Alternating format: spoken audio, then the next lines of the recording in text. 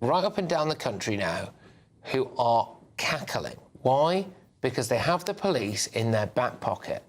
I think, if I may, on the previous point, this idea of community leaders, I don't think that's unique to Islam. I grew up in the church. You'd never question the authority of... It was Father James in my case. You'd never question the authority. Did the police ever go to him then? Yeah. Sorry. Yeah, did the police ever go to him and ask him whether or not he thought that a Protestant or Catholic, I don't know, football team should be banned from the local area? I don't know about the police, but I know the local council would often go to him as a community leader and find out what his herd would think. Absolutely. Were the police scared that if they didn't go along with what he said, that they might be met with violence? I don't know about violence, but I think the councillors that would consult with him would certainly not vote for that councillor.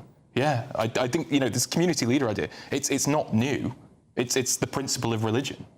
That's absolutely what organised religion is about a community and having leaders within it. Yes. You think if Father James, in your case, had said, the consensus of my community is that we don't want to be policed today.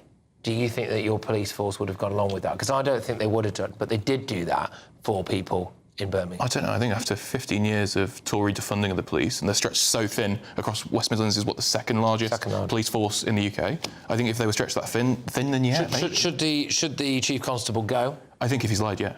I think misconduct. My feelings on Maghami Tel Aviv aside, if you've lied, to Parliament and twice, if you've lied to two select committees, absolutely. And it's obviously the follow-up here is if they've lied about this. We've got this grooming gang inquiry coming up. I mean, the faith in the police here is through the floor. And we hear a lot about institutional racism. This proves that they are institutionally biased towards the Muslim community. Well, there is such a thing as institutional racism against white people. Yeah. I mean, perhaps we talk about it on this channel enough, but we don't talk about it widely enough. And these police officers have capitulated to an extreme bunch. An extreme bunch. I can see the comparison with leaders from the Christian church, but Mavis and the knitting gang aren't causing any problems, whereas... I mean, Ireland, famously, the Catholic and the Protestant church did quite a few issues. I mean, you've managed to... Yeah, OK. That was actually a war, though. Do you know what I mean? Well, the British government don't recognise it as a war. That was the whole issue. Fine, right, but I mean, this is... Not to get technical. This is football, I think that's conflating two problems. Not really. Celtic Rangers. Derby happens, twice a year?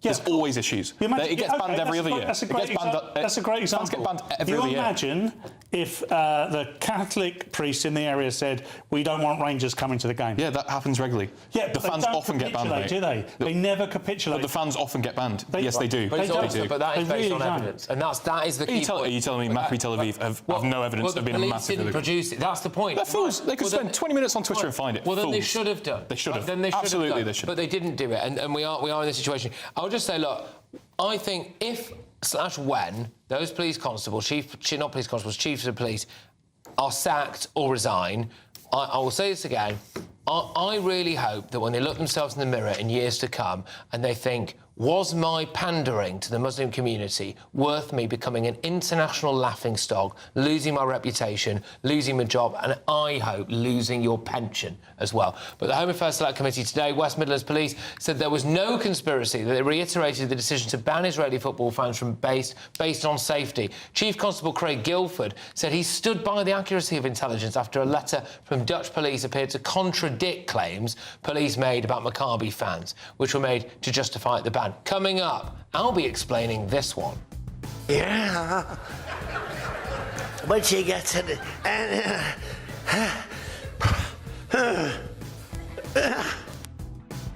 Also, I think he wants to invade Greenland. That's next.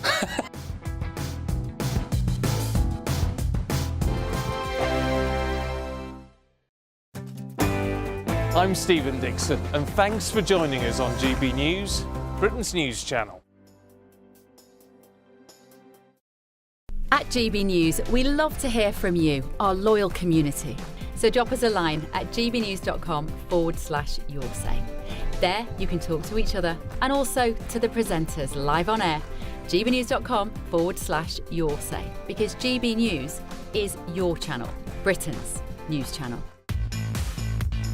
5 hosts, 5 opinions, 5 fearless debates, 5 unfiltered takes on the day's news. 5 reasons not to be anywhere else on Saturday night.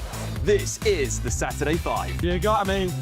You got me good there. Britain's biggest Saturday night TV show. It's not a bad brand. Yeah. Uncensored. Very, very racy tonight. On the unpredictable. What does she say? Can you translate it for us? And always entertaining. And how can a country go from being led by William Wallace Saturday nights from 6 p.m. only on GB News, the People's Channel. Britain's news channel. You're going to want to stay tuned, trust me. Westminster, the ultimate clique. And you're fighting like rats in a sack. But here on the Camilla Tominey Show, we ask the questions the establishment media is too scared to ask. OK, let me ask you a straight question, because I know you're a straight-talking politician. Whether it's net zero, illegal immigration or law and order, nothing is off limits. You had the power then. Yeah, as I and say, now you've lost it. That's the Camilla Tominey Show, a politics show that's fearless. But no, let me finish my question if you don't mind, because it is my show. Sundays at 9:30, only on GB News, the People's Channel, Britain's news channel.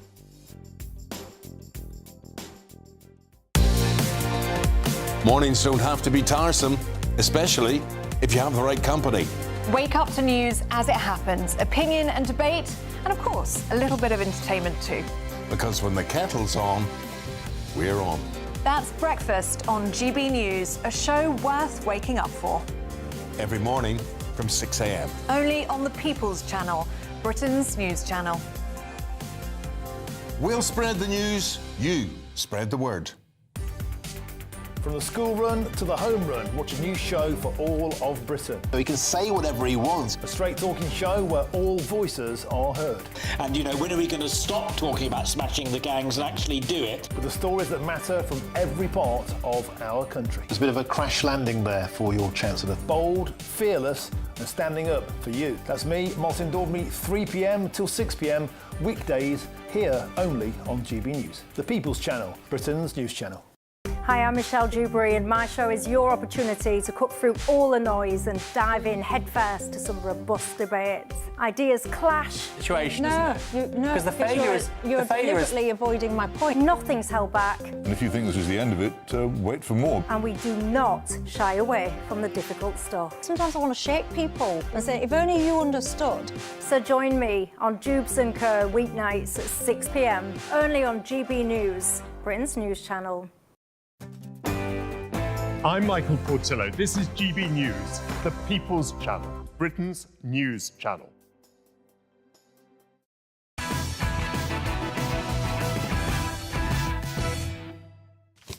All right, loads of news in town, and the internet is reacting after President Donald Trump did an impression of a transgender athlete participating in a weightlifting competition. Trump said the First Lady thinks the weightlifting is terrible before launching into a routine, pretending to be, I don't know, I think a trans person lifting weights. Here it is. I want to be more effusive. I want to really, yeah. When she gets it,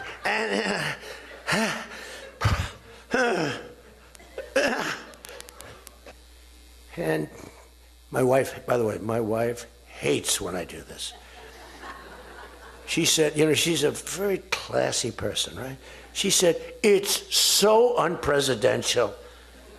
I said, but I did become president.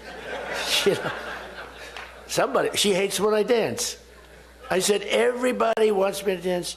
Darling, it's not presidential.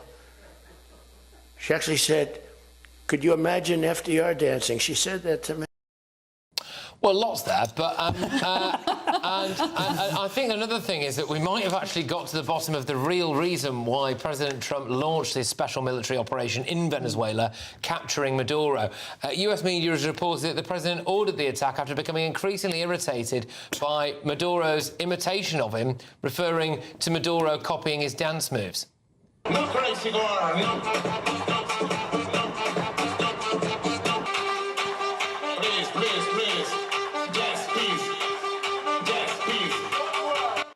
That's a totally different dance. Oh, it's not the Trump dance at all. This is Trump's dance.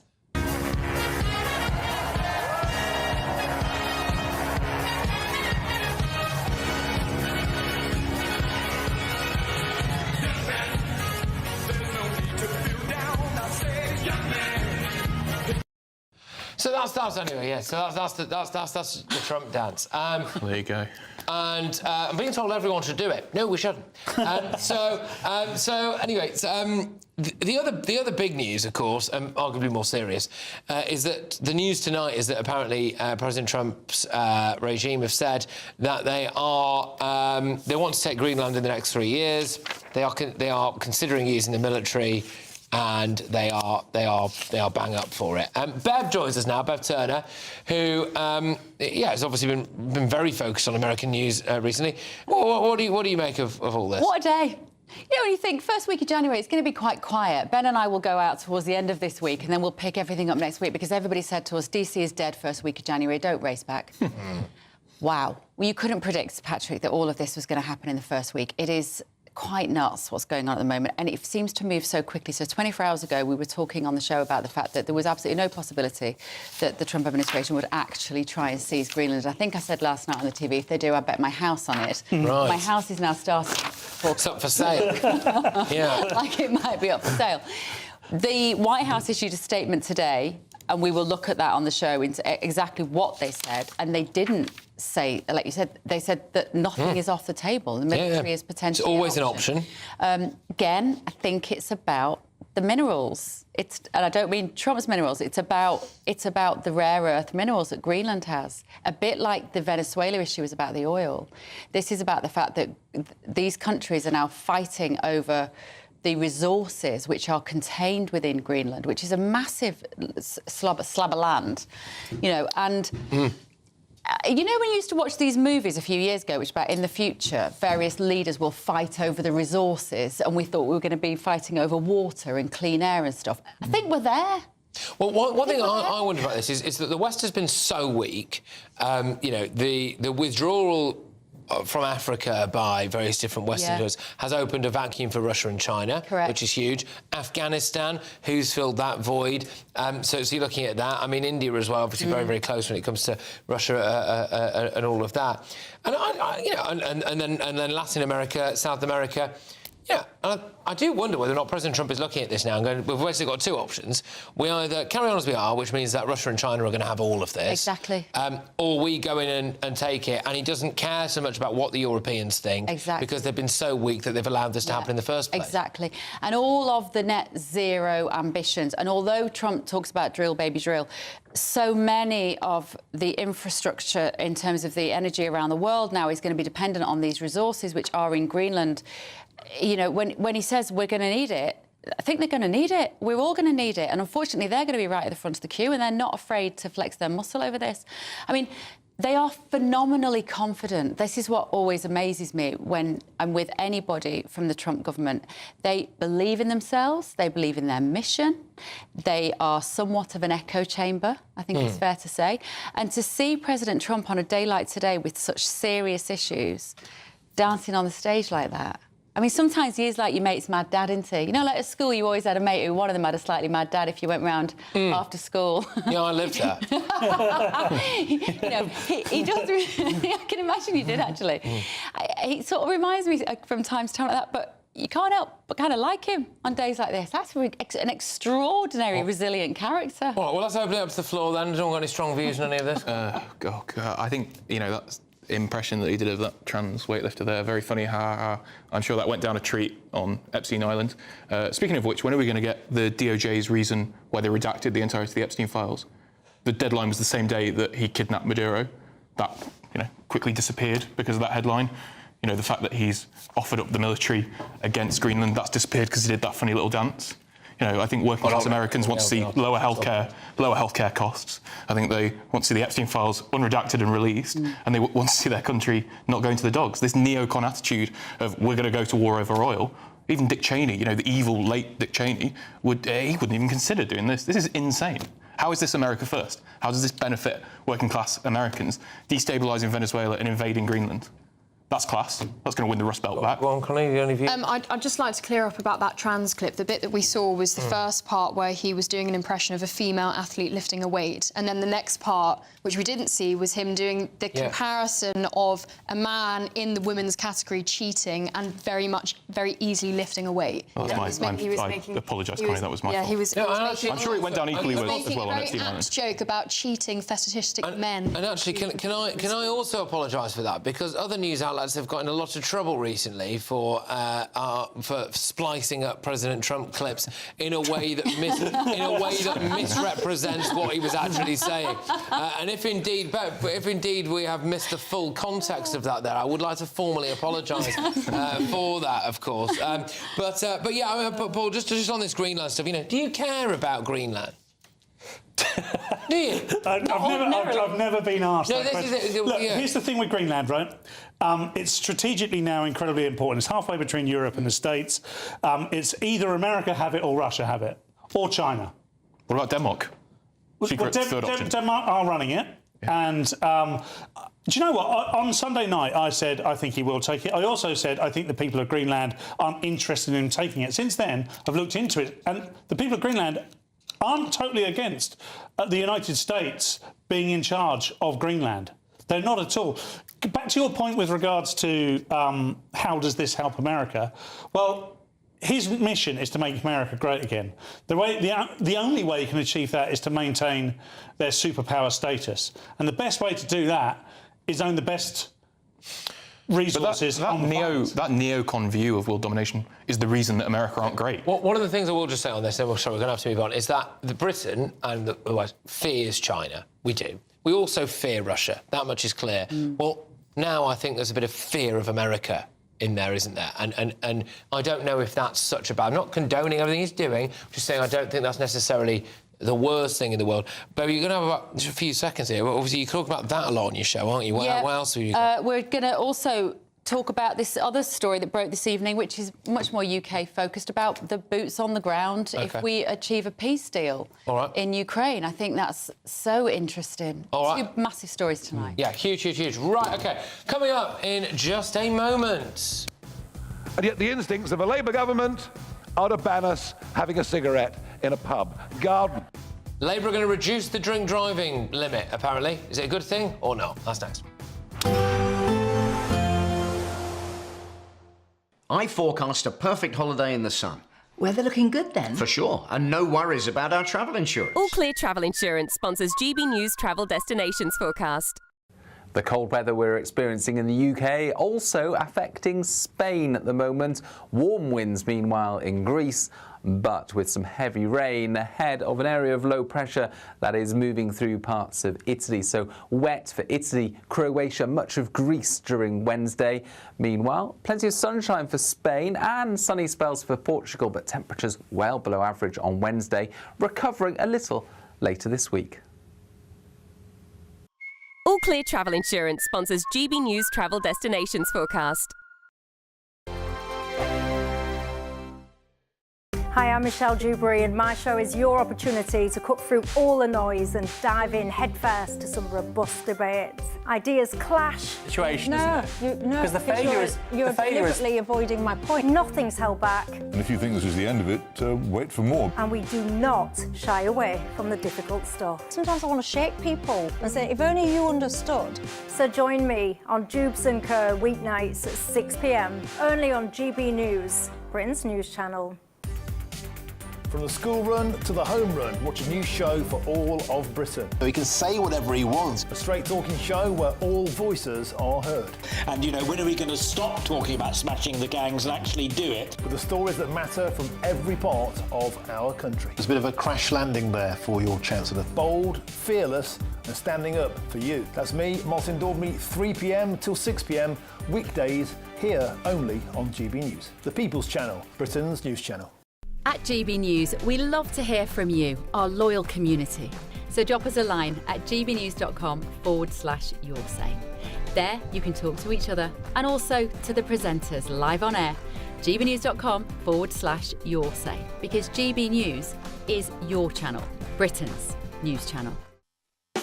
You want to know what's really going on in the corridors of power? Labour don't know what to do with you half the time, and that makes you quite lethal in the chamber. Get behind the headlines with Chopper's Political Podcast. Join me, Christopher Hope, as I sit down with the great and the good of British politics. We'll see where this ruling takes us. These are the stories shaping our nation. Chopper's Political Podcast, available now on all platforms. Listen in and stay ahead. Join me, Nana Akwe, for an informative, interactive news programme with a difference. It's fun.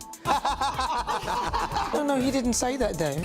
I'm so surprised. I think there's an element of truth to that. Join me from 3 p.m. every weekend, only on GB News, Britain's news channel. In the GB Newsroom, we bring you the news as it happens. With our team of dedicated journalists across the UK, we're ready to keep you up to date with what's happening every half an hour, every single day. Bulletins here on GB News, the People's Channel, Britain's news channel. Decisions made in Washington aren't just shaping America, they're shaping Britain too. From migration to global security, from crime to health. Whatever happens in the White House today will be felt in your town or city tomorrow. That's why The Late Show is live from Washington, D.C. Cutting through the politics to show you what it all means for Britain. The Late Show live every night at midnight. Only on GB News, Britain's news channel. Mornings don't have to be tiresome, especially if you have the right company. Wake up to news as it happens, opinion and debate, and of course, a little bit of entertainment too. Because when the kettle's on, we're on. That's Breakfast on GB News, a show worth waking up for. Every morning from 6 a.m. Only on the People's Channel, Britain's news channel. We'll spread the news, you spread the word.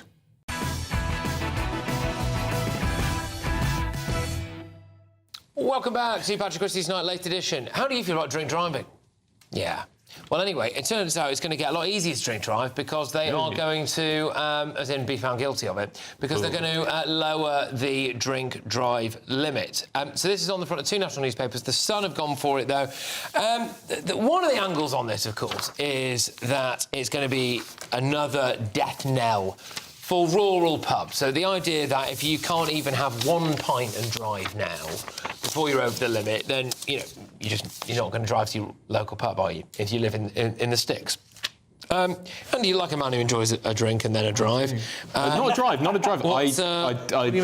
don't have a licence anymore. That's another story. It was the DUIs that got me.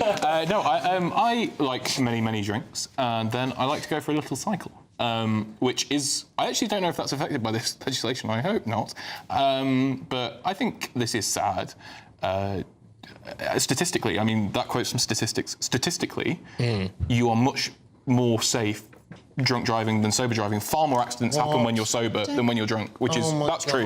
That's statistically true. It's not. Are you going down a pro-drink driving route? So you're talking about? Per capita doesn't mean anything. Statistically, like 20% of accidents are drunk drivers, 80% are sober drivers. I'll let the audience. Connie's finally broken. I'll let the audience. Figure out really what's going on there. Let the audience talk. Have a look at yours, mate. Connie, what are your view on that? I am very passionate about the tragic decline of the British pub. However, morally, I don't think anyone should drink anything if they're also going to drive. Anything at all? So complete ban. What about water? I don't know if I'd want to ban it. I would like to think that we shouldn't need to have laws like this. I just think that my personal view is that I would never drink anything if I was going to drive, and I heavily judge people who do drink anything and drive.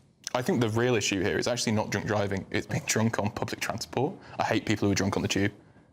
They're a menace to society. It feels like you're coming down on the wrong side of every single line. No, check your say. Check your say. They will be on my side. The audience are on my side. Should we lower the drink drive limit? Look, I agree with everything that Connie said, actually. I don't agree with anything that Twelsey said. No. But we have to look at the culture of this. When these laws were first put in place, people valued pub culture. One of the things that kept it at 2 units or whatever it was of drink, was that people really wanted to support the pubs. That support now is all but gone.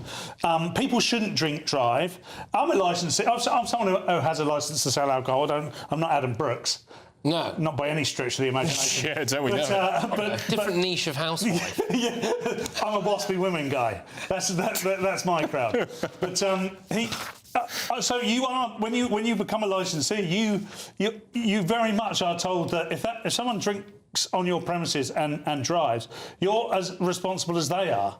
So it's very important that people do not drink and drive, and even if they do get on the tube and annoy 12Z, still do that. I won't be on the tube, I'll be cycling. Cycling drunk, yeah. Again, just need to clarify it now, and apparently I really need to, that we do not condone drink driving. It's bad, don't do it. And Neither do I don't either. I was jesting. I was jesting. There you go. But I am concerned about rural pubs, seriously. People have to drive to, anyway. And I know you can't have one pint anyway, whatever. So let's give you a roundup of Wednesday's newspaper front pages. The Sun, that story, one for the road. Labour are blitzing drink drive laws. The Metro, Grocky horror show, the use of artificial intelligence to create indecent pictures of women and children, actually. The Daily Mail, police blunder to defy belief. We didn't get around to this story, actually. I wish we had done now. I always miss out on something good. Anyway, well, good for news, not for the people involved. Bungling police told the parents of a teenager that he died in a car crash before Christmas, and he was actually alive in hospital. The Guardian, UK and France seal coalition deal to send troops to post-war Ukraine. The Eye, also, it's troops on the ground in Ukraine. The Independent, troops on the ground in Ukraine. The Express, bad weather, watch out for the storm. The Mirror, drive to safety. They're saying that it's good that we are changing our laws around driving. The Times, boots on the ground in Ukraine. The Daily Telegraph, drink driving changes to kill off rural pubs, and Kemi Bade not calling for the sacking of West Midlands police chief for essentially making loads of ridiculous errors when it came to Maccabi Tel Aviv. Thank you to our panel. Let's go to Bev Turner now. Patrick, well, what a day. Another extraordinary day in terms of geopolitics. Do you want to see British troops on the ground in Ukraine, but only if they've got a peace deal? And what on earth is going to happen now to little Greenland?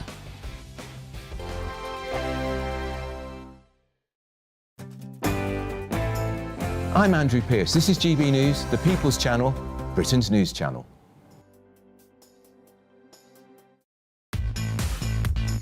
5 hosts, 5 opinions, 5 fearless debates, 5 unfiltered takes on the day's news. 5 reasons not to be anywhere else on Saturday night. This is the Saturday 5. You got me good there. Britain's biggest Saturday night TV show. It's not a bad brand. Yeah. Uncensored. Very, very racy tonight. On the unpredictable. What did she say? Can you translate it for us? And always entertaining. And how can a country go from being led by William Wallace to Saturday nights from 6 p.m. only on GB News, the People's Channel. Britain's news channel. You're going to want to stay tuned, trust me. Westminster, the ultimate clique. And you're fighting like rats in a sack. But here on the Camilla Tominey Show, we ask the questions the establishment media is too scared to ask. OK, let me ask you a straight question, because I know you're a straight-talking politician. Whether it's net zero, illegal immigration or law and order, nothing is off limits. You had the power then. Yeah, as I and say, now you've lost it. That's the Camilla Tominey Show, a politics show that's fearless. But no, let me finish my question if you don't mind, because it is my show. Sundays at 9:30, only on GB News, the People's Channel, Britain's news channel. Westminster's full of talk, but out here, it's the real world. Am I allowed to talk now? No, that's it. This is where it matters, real people and real lives. That's what politics is all about. In fact, has Trump made a good start? No. Straight answers, no spin, and just a couple of pints. How many fingers have I ever got up? About 10. So join me for Lee Anderson's Real World every Friday at 7 p.m. only on GB News. The People's Channel, Britain's news channel. From the school run to the home run, watch a new show for all of Britain. So he can say whatever he wants. A straight-talking show where all voices are heard. And, you know, when are we going to stop talking about smashing the gangs and actually do it? With the stories that matter from every part of our country. There's a bit of a crash landing there for your Chancellor. Bold, fearless and standing up for you. That's me, Martin Daubney, 3 p.m. till 6 p.m, weekdays, here only on GB News. The People's Channel, Britain's news channel. In the GB newsroom, we bring you the news as it happens. With our team of dedicated journalists across the UK, we're ready to keep you up to date with what's happening every half an hour, every single day. Bulletins here on GB News. The People's Channel, Britain's news channel. I'm Bev Turner. Thank you for joining us on GB News, the People's Channel, Britain's news channel.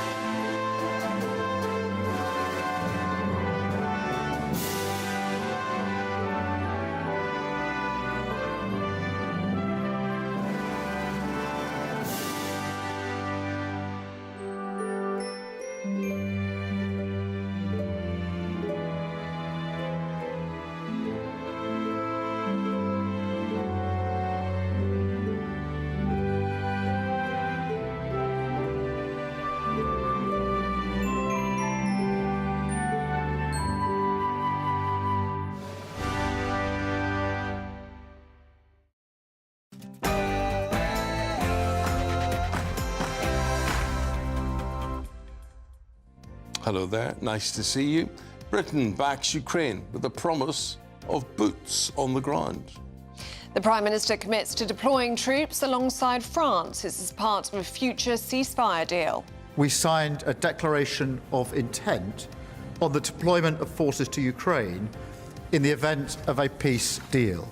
It paves the way for the legal framework under which British, French and partner forces could operate on Ukrainian soil. But with serious shortfalls in domestic border control, how can Britain commit to manning another country's borders? Need Greenland from a national security situation. It's so strategic. Right now, Greenland is covered with Russian and Chinese ships all over the place. We need Greenland. President Trump does not rule out using military force to take Greenland, as he ignores European leaders after they united to condemn the US president's threats. Another blow to pubs as Labour's road safety strategy paves the way for lower drink driving limits. West Midlands police come under fresh pressure. It's over the Maccabi Tel Aviv fan ban, with Conservative leader Kemi Badenoch demanding that heads roll. Snow smothers the country. The Met Office forecasts a blanket as schools and businesses face more disruptions. London pensioners could be set to lose their free travel across the city. It says the cost of the scheme balloons. We're going to be debating if we should protect free travel for pensioners at 7:20 this morning. And we'll introduce you to the world's oldest ski instructor, who's still carving up the piste at 83 years of age. And in sport this morning, West Ham are in big trouble. 7 points adrift in the relegation zone after losing at home to Nottingham Forest last night. Ex-players Ole Gunnar Solskjaer, Michael Carrick and Ruud van Nistelrooy head for the shortlist to be the next interim Manchester United manager. And in the Ashes, England are fighting back in Sydney. It's another cold and icy start out there, with further snow to come for some during the next few days. Full details coming up in the forecast very soon. Hello there, a very good morning to you. We're with you until 9:30. I'm Eamonn Holmes. I'm Ellie Costello, and this is GB News Breakfast.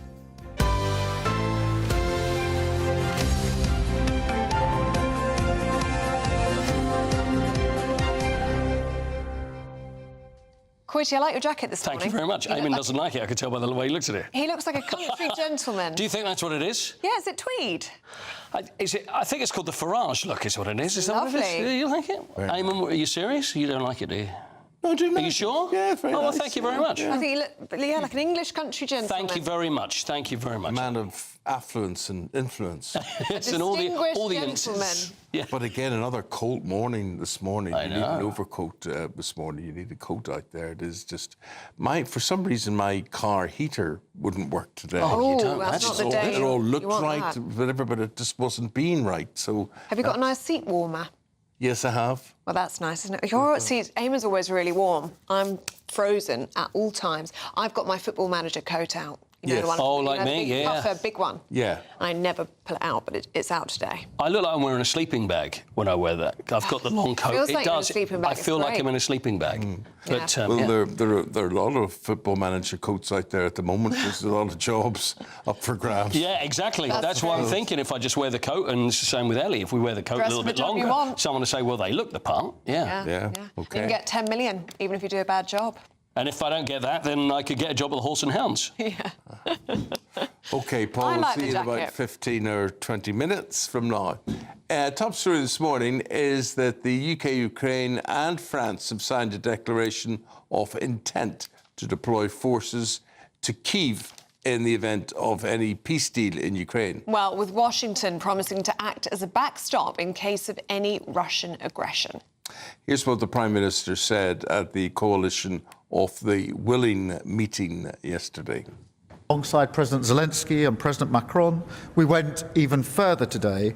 We signed a declaration of intent on the deployment of forces to Ukraine in the event of a peace deal. Following a ceasefire, the UK and France will establish military hubs across Ukraine and build protected facilities for weapons and military equipment to support Ukraine's defensive needs. But just hours later, President Trump did not rule out using military force to take over Greenland, claiming the move was necessary to ensure national security. GB News political editor Christopher Hope was in Paris for us. The meeting of the Coalition of the Willing, the group of leaders in Canada, Australia, Europe, who have wedded together to support Ukraine, has now broken up here at a frozen Elysee Palace in Paris with some significant news. For the first time, there's been formal agreement to deploy UK and French troops on the ground in Ukraine to help enforce any peace deal agreed between Russia and Ukraine.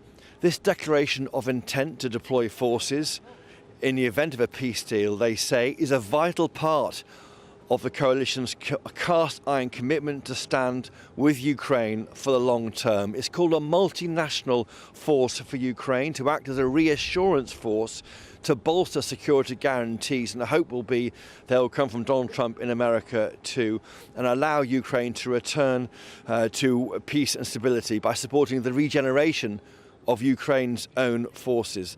The sign of this deal gives a legal framework to deploy French and UK forces to operate on Ukrainian soil, securing Ukrainian skies and seas and building an armed forces that they say will be fit for the future. We've also looked at greater mechanics of how this might work. There'll be a coordination cell here in Paris. Post-ceasefire, the UK and France will establish military hubs across Ukraine to enable the deployment and build protected facilities for weapons and military equipment to support Ukraine's defensive needs. A significant moment, I think, pressure brought about for Europe to stand up and defend itself far more than relying on America as in the past. A pressure on Europe built by Donald Trump after he sees President Maduro and his wife, the leaders of Venezuela, at the weekend, and exchanged covetous glances towards Greenland. Where will we be in 10 or 20 years' time? Will this be the beginning of a replacement for NATO? It certainly feels highly significant here in Paris that the UK and France have now agreed to deploy troops on the ground in Ukraine to enforce and to ensure that any peace deal with Russia carries on. But before we get there, Russia's got to agree with a peace deal which is backed by America. We're told they're 90% there. Let's see how that plays out in coming weeks. Christopher Hope for GB News in Paris. Thank you to Christopher. Joining us now is former advisor to the Ukrainian Foreign Ministry, Cormac Smith. Cormac, we heard Christopher explaining the setup, or the proposed setup there. So French and UK forces on the ground. How do you see that working? First of all, good morning to both of you. Thank you for having me on. Look, I don't want to be the bearer of bad news or want to pour cold water on this, but I think this is very unlikely to happen. The only one who really wants peace here is Volodymyr Zelensky and the Ukrainian people. Donald Trump, we know, wants a peace prize, but Putin has given absolutely no indication that he will accept European forces on Ukrainian soil. I suppose the unknown quantity here, as always, is Donald Trump and how much pressure he is actually willing to put on Vladimir Putin. To date, he's put all the pressure on Zelensky, not Putin. And he has given security guarantees. So we wait and see. But at the moment, and all my friends, including diplomats and army people who I speak to in Ukraine, are not optimistic that there will be a peace or a ceasefire this year. And considering President Trump's comments talking about potentially using the US military to acquire Greenland, how reliable do you think America is now in their promise to provide a backstop or security guarantees? Well, exactly. Donald Trump is famously unpredictable, but I would also say that he's famously unreliable. And it has been said that he tends to listen to the last person he has spoken to. However, you know, there's this 20-point peace deal, which has been shaped very much by the Ukrainians and the Europeans to take it away from the original 28-point peace plan, which I described on another station over a month ago as something that was written in the Kremlin and translated into English in the White House. The 20-point peace plan is something that Ukraine can live with. It's not ideal for Ukraine, but there are three key elements in it. There is Ukraine simply cannot give up the additional land in Donetsk, in the Donbass, which is a fortress belt, which is the gateway to Kyiv and the rest of Ukraine. Russia is demanding that. The Americans had originally been demanding that as well. American security guarantees are absolutely critical, and that is what we have at the moment. Let's see if it holds. Cormac, thanks for your analysis. Really appreciate it. Cormac Smith there, who's a former advisor to Ukrainian Foreign Ministry. We say goodbye to you. Thank you. Thank you. Thank you. Now, as we're saying, it's still a very, very cold day out there, isn't there? Lots of snow on the ground across the country. Let's get a look at the details, shall we, with Aidan McGibbon.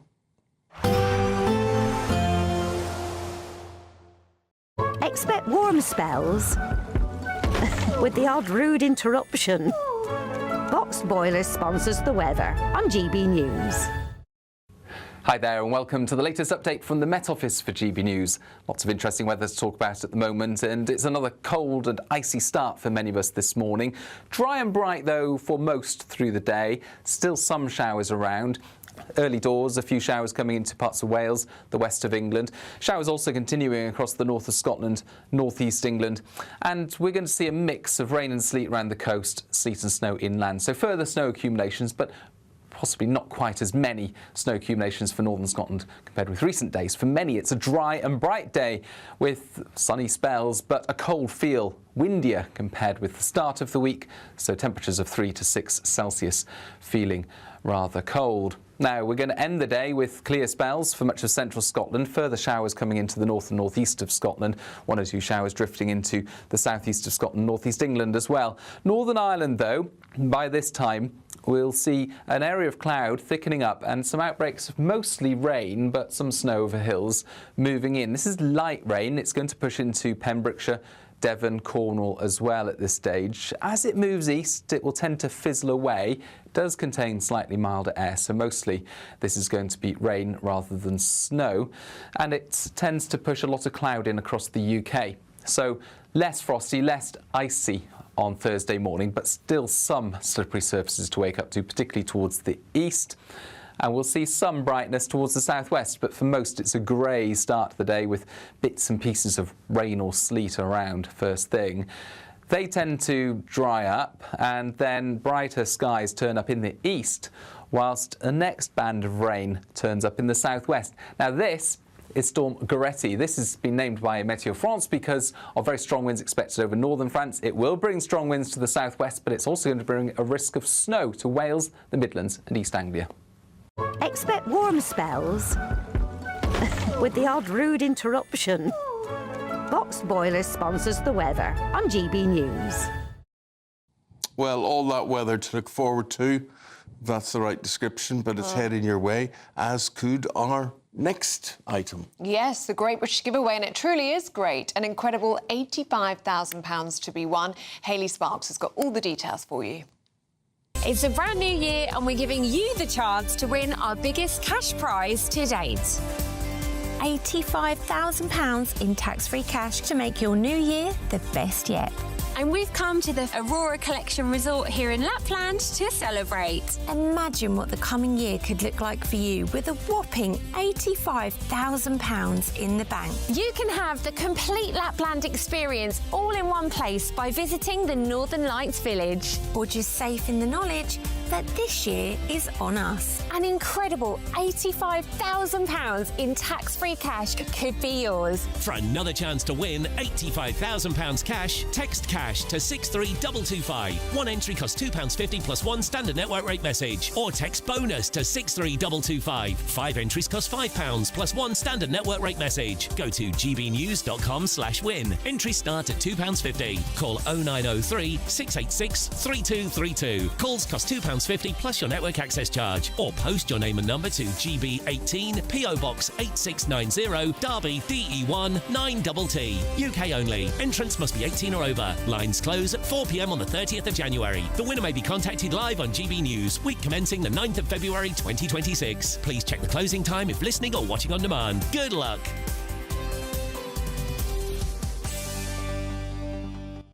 Well, we stay in the snow for our next item as we head to Norway now. Okay, so there's snow in Lapland there's snow in the UK, snow there with that man. That man is the oldest ski instructor ever. Yeah, 83 years old. You won't want to miss this. We're going to be chatting to him next.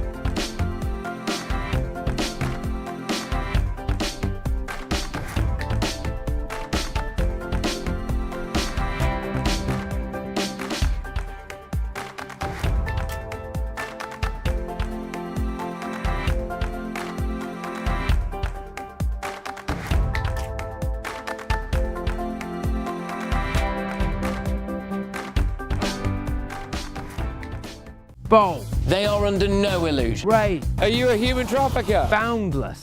I've had enough of the nonsense, and I'm not afraid to say it. Don't get this on the BBC. Every weeknight, I tear through the headlines. The smell of gasoline. Should we be worried about it? From Westminster madness to cultural war chaos. What I'm going to do now is they are throwing things out the car as we speak. Get ready, Britain. Here we go. Patrick Christie tonight, weeknights from 9 p.m. only on GB News, Britain's news channel.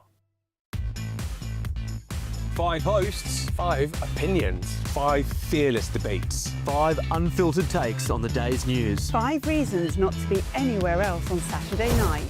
This is the Saturday 5. You got me. You got me good there. Britain's biggest Saturday night TV show. It's not a bad brand. Yeah. Uncensored. Very, very racy tonight on the unpredictable. What does she say? Can you translate it for us? And always entertaining. And how can a country go from being led by William Wallace to Saturday nights from 6 p.m. only on GB News, the People's Channel. Britain's news channel. You're going to want to stay tuned, trust me. Britain was once the envy of the world. But look around. A nation that no longer knows what it is or where it's going. A country that's broken. How do we fix Britain? How do we bring it back? Friday night with Matt Goodwin at 8 p.m. only on GB News.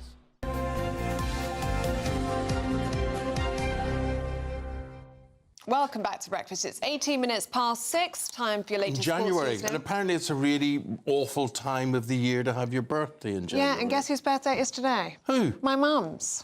Well, I'm taking her out for a one lovely in day. 3 That's nice. adults born in January have abandoned birthday plans because they're convinced that people who know them won't turn up or won't contribute, won't give them a present. Oh, really? Yeah. It is a really rubbish month for a birthday. But I would have thought December was a pretty rubbish month. I would have thought December would have been worse, right? Yeah. No, December's the best. Everyone's dressed So up. the problem is what? Mood. Presents? Spending money? Is that what it is? Drinking. No one wants to drink. People are just over all the festivities and everything else like that. Yeah. I've had another poor mum. I know, but I'm going to go out and spoil her today. Yes. Going to go for a nice dinner. Going to go to theatre. Well, that'd be nice. Should we put her in the birthdays game? Let's put her in the birthdays game. Yeah. Actually, maybe don't. She won't love her age being revealed on national TV. But she looks good for her age. She looks really good. OK. What are you going to see in the theatre? Paddington, the musical. Oh. I've heard great things. Yeah, apparently it's I haven't heard any bad the show to news watch. about it. Yeah, I think I'm going to cry. Yes. Cry at everything. You know, I know this is really pathetic. I know you wouldn't expect something really pathetic from me. But when you go at the theatre, you know when they come up and do the bow at the end? Yeah. Always makes me emotional. Oh, me too. I've no idea why. I always get when they do they all come out It's the swell of the I music. have no idea why. I think it's the music. Yeah. You get emotional. I do. I don't really know why. The thing I'm thinking of is, thank God that's over. Looking at my watch, thinking, yeah. I wish I've seen things and thought this is terrible. And then as soon as they all do the bow at the end, I end up all... Is it because they've worked so hard? I have no idea. I really don't know why it is. I have no idea why it is. OK, well, what do you have an idea of this morning? Well, I'll tell you where there were tears at the end. That would have been West Ham. I think probably all the West Ham fans would have been in tears. No. What about our friend Espirito de Santo? Is his job in jeopardy now? It's got to be in jeopardy. It's got to be in jeopardy. 10-game winless run. So West Ham, they play Nottingham Forest, and this is your 6-pointer. This is really a 6-pointer. Is it him or is it the team? I mean, I think he's a good manager. Well, I think so too, and I thought he was the right person to go in, but they're just on such a bad run. So West Ham went 1-0 up. Forest score, and then they get a debatable penalty. I thought it was a penalty, but in the 90th minute, so Nottingham Forest win it. So every Premier League, apart from 2012, 2013, West Ham have been in, and now they are 7 points adrift. They are in all sorts of trouble. Yeah. So you've got Wolves at the bottom on 6, Burnley on 12, West Ham 14, and then Forest on 21 points above that. And this is the time where something's got to change because they are doing so badly. So I think Nuno could well be in trouble. Oh, no. I really think so. But where do they turn to there? Because everybody's getting rid of their manager. Yeah. So unless it's just... Managerial merry-go-round. That's exactly it. One will get off and then another one will jump on and maybe they'll get off at West Ham. So we'll see. But they are in all sorts of trouble at the moment. There's no doubt about that. In the Ashes, by the way, third day, England are actually ahead by 81 runs, although very good. I'm still not overly confident about it. Jacob Bethel scored a really good 100 today. Still going on at the moment, so they're about 200, I say about, last I checked, 264 for 5. So if they lose any more wickets and 81 runs, that'll be easy for Australia to get, but they've just got to keep batting. Could we be heading for a draw? Could be. Could be, but I doubt it. England doesn't like draws. 264 for 5 sounds about the stats for the new Manchester United manager. Yes. Yeah. Well, 5 is how many involved and the chances, and we've got an interim, and then so we've got Darren Fletcher. He's interim. No, he's interim. So he's aware that he's interim because they're going to get another interim to replace him. That's right, so there'll be an interim. So from interim to interim. He's very highly regarded, Darren Fletcher. He is highly regarded. He's the under-18 coach, and he obviously thinks, well, you would if things go well. Why would I be replaced? Should we hear from him? Let's hear what he has to say. Yeah. Darren Fletcher, his first press conference at Manchester United manager. This is yesterday. It's an amazing honour, I think, to be able to lead a Manchester United team. I don't even think it's in my wildest dreams that was something that could potentially happen. I think even thinking about playing for the club and stuff like that, but to lead out a team is an amazing honour and something I'm really proud to do. Not in the circumstances I expected it to happen, so that obviously is something that doesn't sit quite easy with me, but I've just to think of I've got a job to do and I've got to lead the team tomorrow and then think of the great honour and pride in doing that. The thing that doesn't sit easy with me is just the amount of outside managers, foreign managers, continental managers, and you hear a British lad like that, that's where I think he understands the history of the club, the passion of the club, because I just don't think you can take a job like Manchester United or Spurs or wherever it happens to be, and you just think, oh, this is any team, because it's not any team. Yeah, and there's the phrase you keep hearing, and that's the DNA of the club. Yeah. And it's a certain way of playing, it's a certain way of being. I did kind of doubt it yesterday, didn't I? Because I don't know whether as times change that maybe clubs have got to change with it, but what's good is that he understands the club. And so in the meantime, he is that, I don't want to use cliches, but it's sport, safe pair of hands. But the big news over the back of the papers today is all about Ole Gunnar Solskjaer. I find it... Save our souls. I know, and he would be good, but I find it strange, the fact that he came in a couple of years ago purely as an interim, then did well, then they give him the job, then they fire him, and then he could be back as interim. Well, he's a club hero, he's a club legend. He's very well liked, very approachable fella. I know his face. He is. Yeah. But, Eamonn, what happens, though, if he comes in as manager, as interim, and then does really, really well? Do they then do it again and give them the job? I think you're right. They probably do it again. I don't. Sorry, I meant they do it again, meaning getting him out. Yeah. But he's a lad. I think he deserves another crack at it. I do. Yeah, I think so. And if you look at the other managers that have gone after him, nobody's doing better because he had a very good run. I tell you, though, the other thing is Celtic. Now, of course, we talked about Celtic, Wilfred Nancy going, and then Martin O'Neill coming back in. But you know who the #1 Celtic fan is of all? Is Rod Stewart. Yeah. So Rod Stewart. Celtic United, but baby, we've decided you're the best team I've ever seen. That's probably the worst version of You're in my heart, you're in my soul. If I had a lighter, if I was allowed, I'd have one right now. So anyway, Rod, always entertaining when he talks about football. Do you remember the draw that he did that time? Yeah. And he'd had a few and he was doing all this. Anyway, Rod has had his say about Wilfred Nancy losing his job at Celtic. OK. OK, here we go. Big Rod. He's gone! He is gone! Wilfred Nancy has been fired or he left, I don't care. He's just not at Celtic. Now, we face Dundee at the weekend. I'm going to be up there for this game, mate, don't you worry. We need Martin back. We need you back, Martin O'Neill, to get us through the end of the season, and maybe we could get Robbie Keane. That would be heaven sent. Right now, I'm going down the pub to celebrate. I'd go with him. I'm off down the pub to celebrate. Yeah. He fancies Robbie Keane, though, coming in. But Martin, he loves Martin O'Neill. Yeah. But I do love Rod. I do love Rod. Yeah, and Martin O'Neill shouldn't ever have left. Of course he shouldn't have done. Just kept him. Rod, I think, is the only person that's older than Martin O'Neill to do with Celtic at the moment. So, OK. Right, Coity, thank you very much. Hey, pleasure. Now, if you're travelling to work or school this morning, do take care on those roads because they're going to be icy. Here is your traffic and travel update.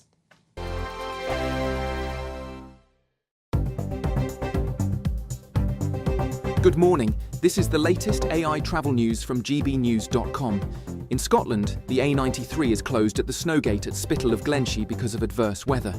In Wales, the A55 over Britannia Bridge has a temporary limit of 30 miles per hour in both directions until further notice.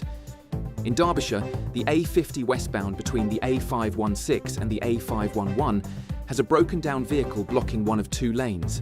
Conditions should improve after 7 this morning. And on the trains, Elna says, do not travel between Edinburgh and Aberdeen, and Cross Country reports disruption on the same route.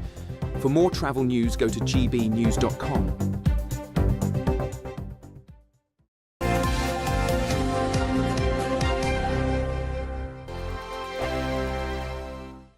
I'm Michelle Dewberry, this is Jubes & Co with you. Hello everyone, Patrick Christie is here. GB News, Britain's news channel. Access the stories that matter to you. Take the GB News family with you on any device. And as long as you have an internet connection, tune in to GB News anywhere on the planet or beyond. GB News, the People's Channel, Britain's news channel. From the school run to the home run, watch a new show for all of Britain. So he can say whatever he wants. A straight-talking show where all voices are heard.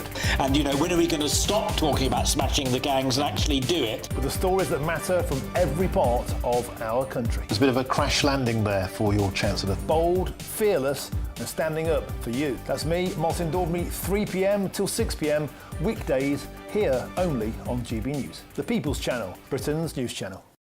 Westminster's full of talk, but out here, it's the real world. Am I allowed to talk now? No, that's it. This is where it matters, real people and real lives.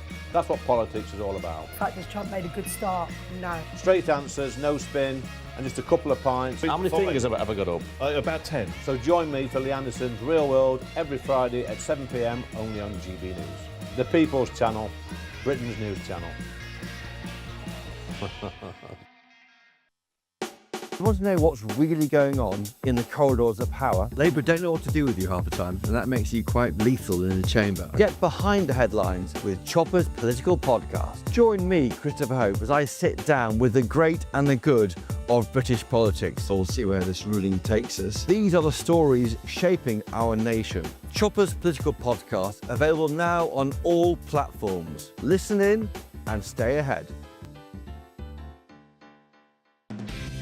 Decisions made in Washington aren't just shaping America, they're shaping Britain too. From migration to global security, from crime to health. Whatever happens in the White House today will be felt in your town or city tomorrow. That's why The Late Show is live from Washington, D.C. Cutting through the politics to show you what it all means for Britain. The Late Show live every night at midnight. Only on GB News, Britain's news channel. Exciting news. Every Friday, my Patrick Christie's Tonight Show is going to have a twist to it. We're welcoming some special guests. You. That's right, on Fridays I'm going to be doing my show in front of a live studio audience because this show is about you and what you have to say. It's going to be the same big debates, same big topics, same big opinions. But every Friday night at 9 p.m, you are invited to come on down to Patrick Christie's Tonight to be a part of the action. Only on GB News, the People's Channel, Britain's news channel.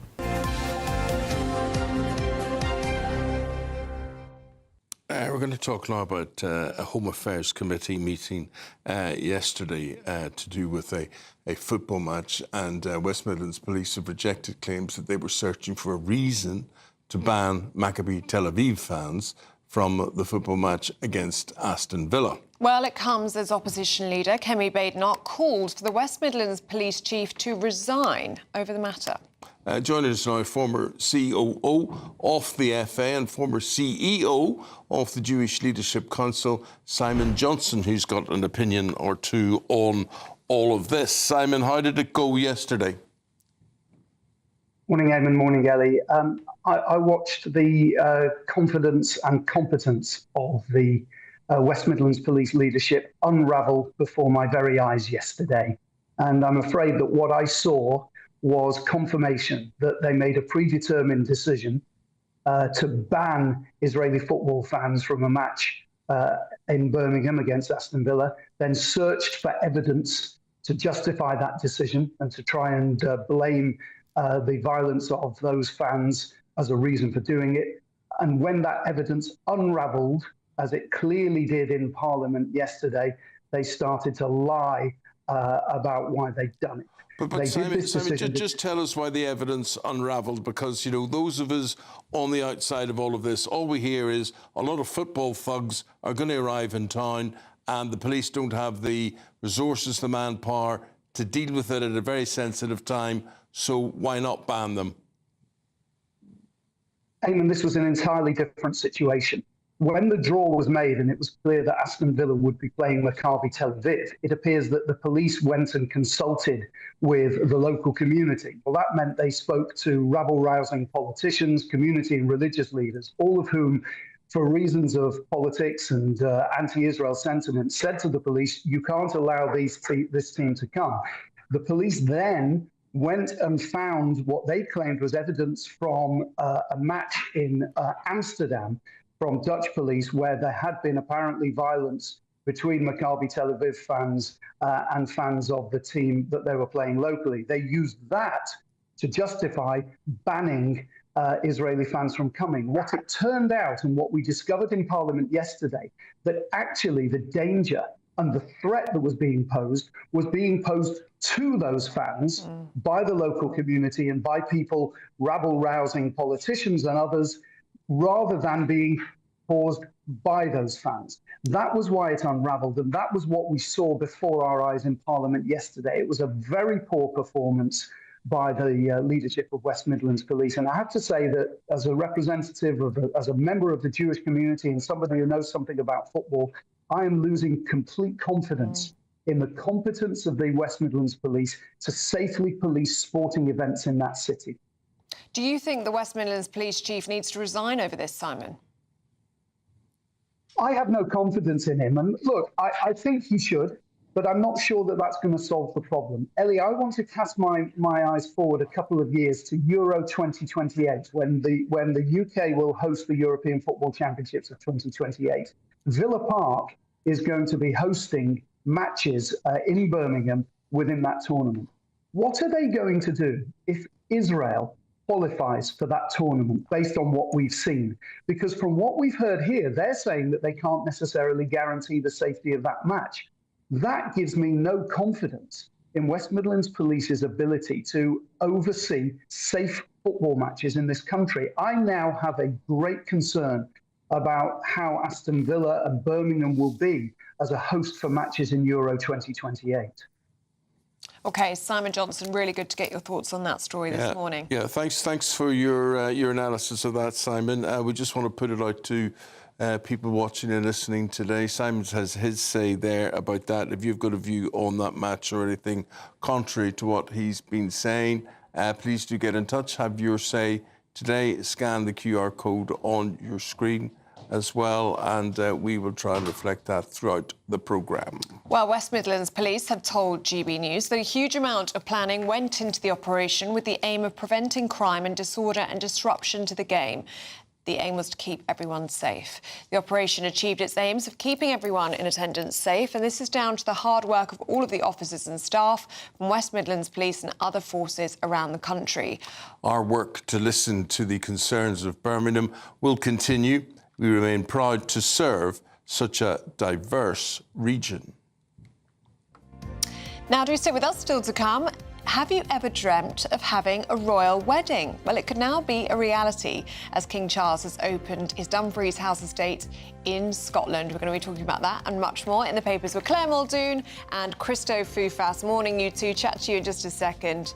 But first, if you're in search of some holiday sun, here's the forecast across Europe. Ready to soak up that holiday sunshine? Won't we need some cover? No worries. All sorted. All Clear Travel Insurance sponsors GB News Travel Destinations Forecast. Whilst we've seen the cold weather affect the UK and much of Western Europe, it's turning less cold in Iberia now, whilst it's increasingly unsettled across southeastern parts of Europe, especially Greece and Turkey, where we'll see strong winds and heavy rain moving through during Thursday and Friday. Italy's on the cold side, temperatures a few degrees below average. Meanwhile, temperatures have now recovered for Spain and Portugal, back up to the double figures or the teens in places. All Clear Travel Insurance sponsors GB News Travel Destinations Forecast. At GB News, we love to hear from you, our loyal community. So drop us a line at gbnews.com/yoursay. There you can talk to each other and also to the presenters live on air gbnews.com/yoursay, because GB News is your channel, Britain's news channel. Good afternoon, Britain. Weekdays from midday. More than 10 people have had to be rescued after a huge sinkhole opened in a canal in Shropshire, leaving several narrowboats stranded. Yes, 3 boats have been affected by the incident, with at least 2 swallowed by the sinkhole, which is approximately 50 by 50 metres in size. Extraordinary. Well, joining us with the story is Paul Smith-Story, who's on a canal boat 3 boats away from this sinkhole. Paul, this sort of thing doesn't really happen very often, does it? It doesn't. There was a huge breach on the Bridgewater Canal last year, but this is the first time we've actually seen boats at the bottom of the breach. It was quite scary to witness, to be honest. So how close are you? What can you see from where you are? Yeah, well, we're about 90 metres away from where the sinkhole started. We got woke up at 4:20 this morning. There was crashing on the boat because the boat was listing. We got off, and a friend of ours told us that there was this sinkhole that had appeared and that there was a boat about to drop into it. And that was, when we got there, the boat was already in the bottom of this sinkhole. The rush of water was incredible. It just sounded like a huge waterfall. Luckily, those boaters got out, and we actually know the chap whose first boat went in. We're just so thankful that he got out in time with his dog. Gosh, Paul, just explain what we're seeing on our screens right now. So the narrow boat there has come out of the water that we see on the left, and has it rolled over and down into the sinkhole? What's going on? That's the actual line where the red clay is the line of the canal. Just where those 3 trees are to the left is a field that's flooded, and I think that's where the water's escaped from the canal, and it's just flooded the field to the left of that image. It was really scary. GB News, the People's Channel. Join me, Nana Akwe, for an informative, interactive news programme with a difference. It's fun. No, he didn't say that, Dave. I'm so surprised. I think there's an element of truth to that. Join me from 3 p.m. every weekend, only on GB News, Britain's news channel. In the GB Newsroom, we bring you the news as it happens. With our team of dedicated journalists across the UK, we're ready to keep you up to date with what's happening every half an hour, every single day. Bulletins here on GB News, the People's Channel, Britain's news channel.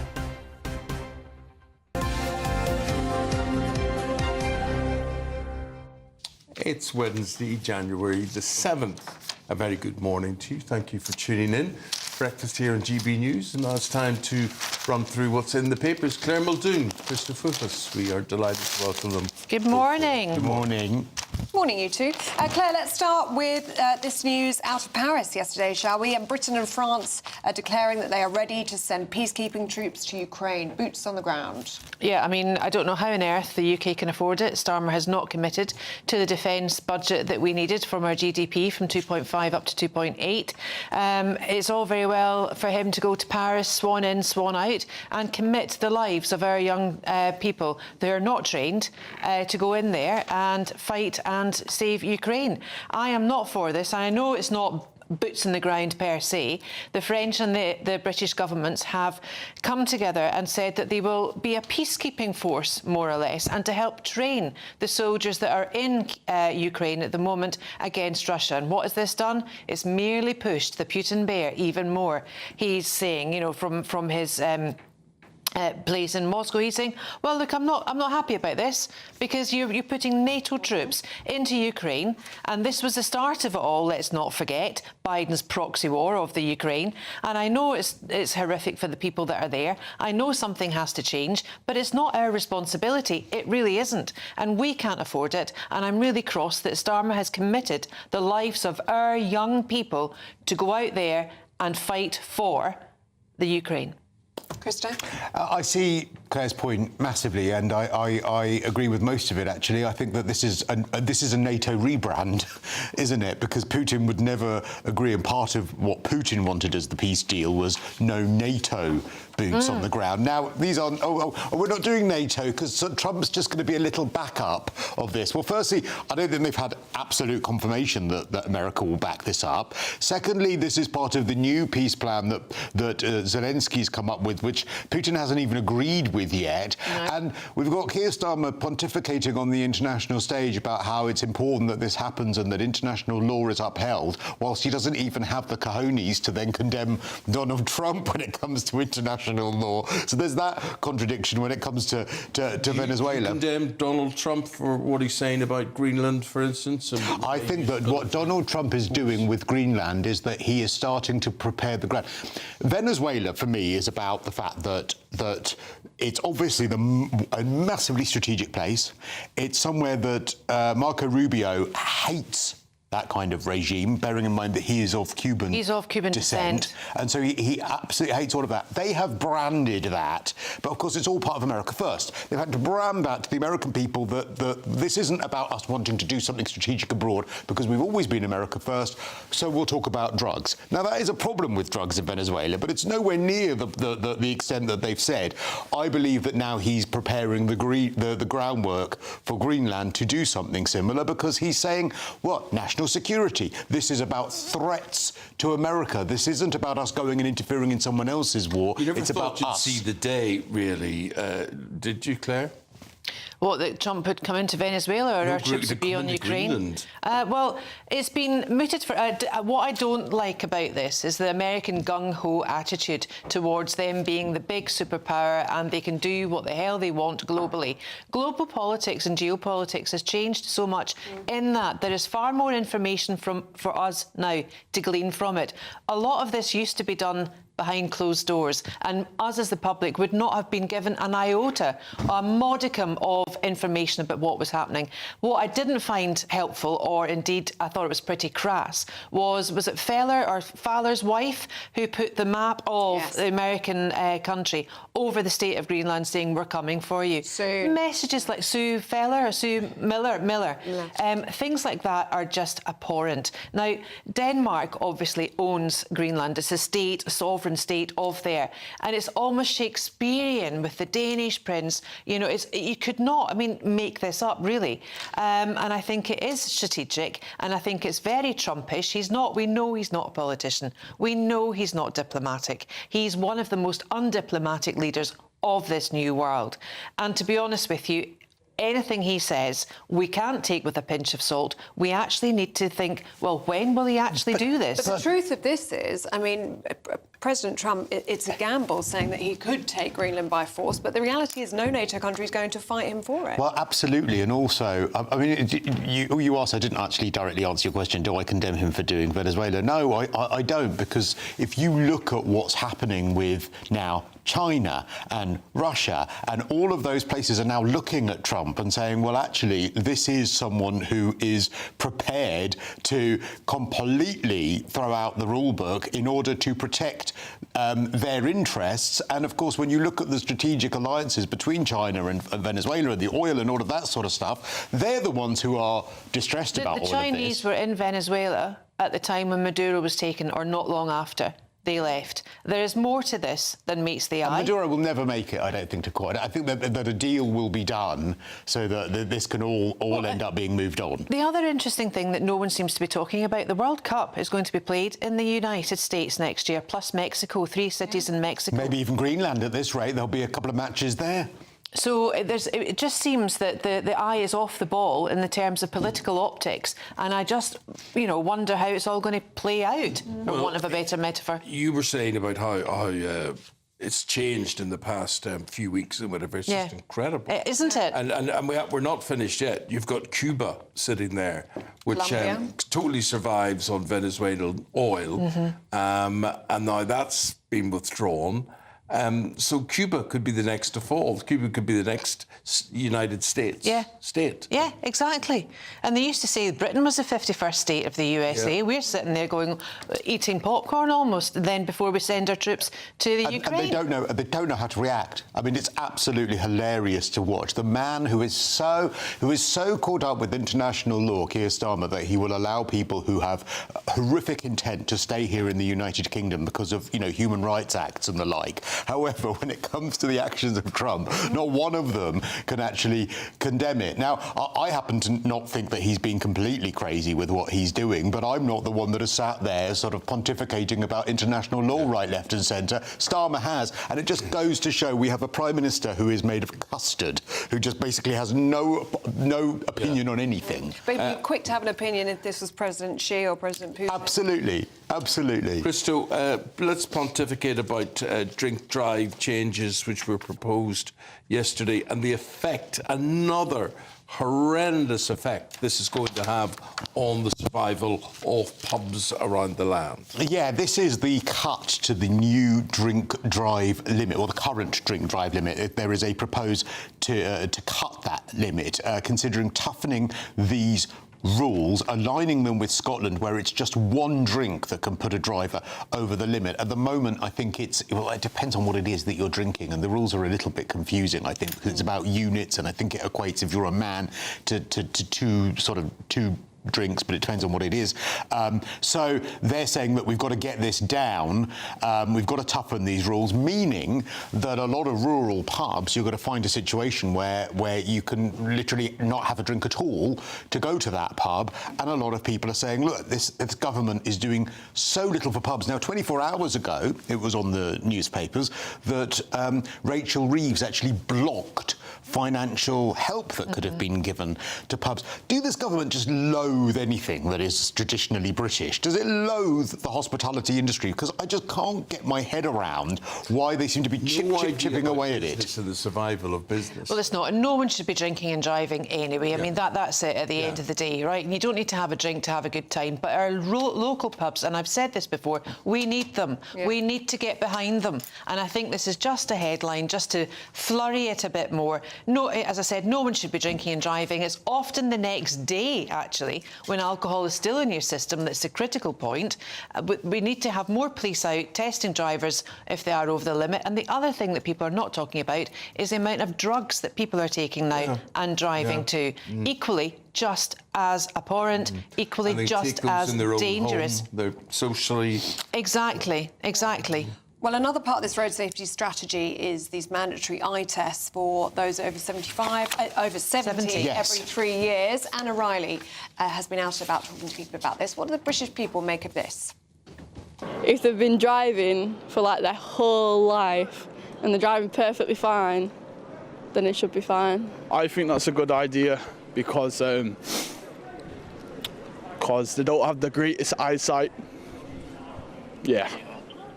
It keeps themselves and other people safe on the roads and surrounding areas. It keeps everybody safe.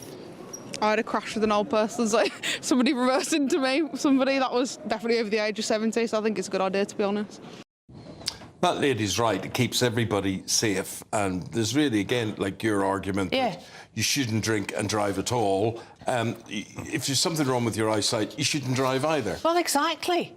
But why are people still maintaining... My mum's 80, right? And she, in my view, shouldn't be driving, or at least should be tested before she's driving. Yeah. And she lives rurally.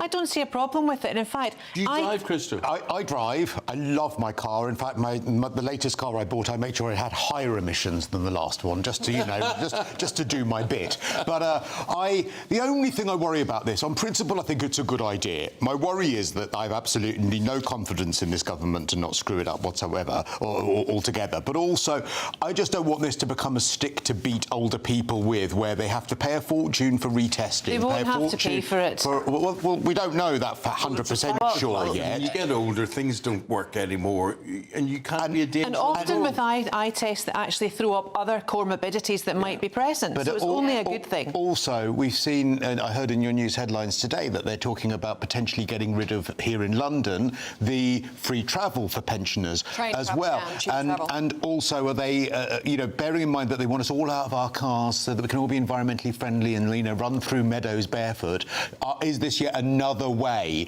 of them trying to remove us from our cars? So on principle, I don't disagree with it. I'm always suspicious and sinister. I'm not. I think it's a good thing. In our debate at 7:20 this morning, we were discussing just that. Should all pensioners lose free travel? If you've got a say on that one, please do have your say and get in touch with us. Christo, let's just end with the time, shall we, today? Have a right royal wedding for 5k, thanks to the King. Yes, this is the King offering Dumfries House, and this is one of his estates in Scotland, from July next year, luxury weddings at the £6.5 million venue. It apparently will cost you about £5,000 for the wedding night, but it's been designed to offer intimacy, atmosphere and historic grandeur. Now, you see, Ellie, you went all the way abroad. You could have had it. You could have had a royal wedding. Exactly what I thought when I looked at the pictures this morning. I said, that looks fantastic. Yeah. And if that had been on offer for me, I might have been very tempted. But the business model, interestingly, has come from the fact that the house was actually decrepit, it wasn't looked after, and they were told, the royal family were told, Prince Charles was told, King Charles was told, you need to get this sorted, otherwise we'll take it off you. OK. It's a great idea. Again, let us have your views. Christo and Claire, thank you very much indeed. You're welcome. And the guys will be back in about 40 minutes' time. Here's your weather.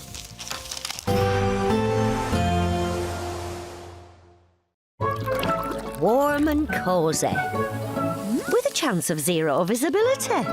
Boxed Boilers sponsors the weather on GB News. Hi there and welcome to the latest update from the Met Office for GB News. Lots of interesting weather to talk about at the moment, and it's another cold and icy start for many of us this morning. Dry and bright though for most through the day, still some showers around. Early doors, a few showers coming into parts of Wales, the west of England. Showers also continuing across the north of Scotland, northeast England. And we're going to see a mix of rain and sleet around the coast, sleet and snow inland. So further snow accumulations, but possibly not quite as many snow accumulations for northern Scotland compared with recent days. For many, it's a dry and bright day with sunny spells, but a cold feel, windier compared with the start of the week. So temperatures of 3 to 6 Celsius, feeling rather cold. Now, we're going to end the day with clear spells for much of central Scotland, further showers coming into the north and northeast of Scotland, 1 or 2 showers drifting into the southeast of Scotland, northeast England as well. Northern Ireland, though, by this time, we'll see an area of cloud thickening up and some outbreaks of mostly rain, but some snow over hills moving in. This is light rain. It's going to push into Pembrokeshire, Devon, Cornwall as well at this stage. As it moves east, it will tend to fizzle away. It does contain slightly milder air, so mostly this is going to be rain rather than snow. And it tends to push a lot of cloud in across the UK. So less frosty, less icy on Thursday morning, but still some slippery surfaces to wake up to, particularly towards the east. And we'll see some brightness towards the southwest, but for most it's a grey start to the day with bits and pieces of rain or sleet around first thing. They tend to dry up and then brighter skies turn up in the east, whilst the next band of rain turns up in the southwest. Now this is Storm Goretti. This has been named by Météo France because of very strong winds expected over northern France. It will bring strong winds to the southwest, but it's also going to bring a risk of snow to Wales, the Midlands and East Anglia. Warm and cosy, with a chance of zero visibility. Boxed Boilers sponsors the weather on GB News. Thank you for making us Britain's #1 news channel. Together, we have built something truly extraordinary.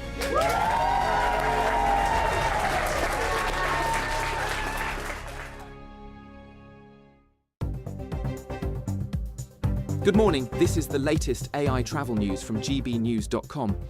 In North Wales, the A55 over Britannia Bridge has a temporary limit of 30 miles per hour in both directions, in place until further notice. In Derbyshire, a broken down vehicle on the A50 westbound between the A516 and the A511 is closing one of 2 lanes. And in Kent, there is another breakdown on the M20 eastbound between Junction 4 and Junction 5, with one of 4 lanes closed. And on the trains, LNSA do not travel between Edinburgh and Aberdeen, with Cross Country also reporting disruption on that route. For more travel news, go to gbnews.com. It's a brand new year and we're giving you the chance to win our biggest cash prize to date.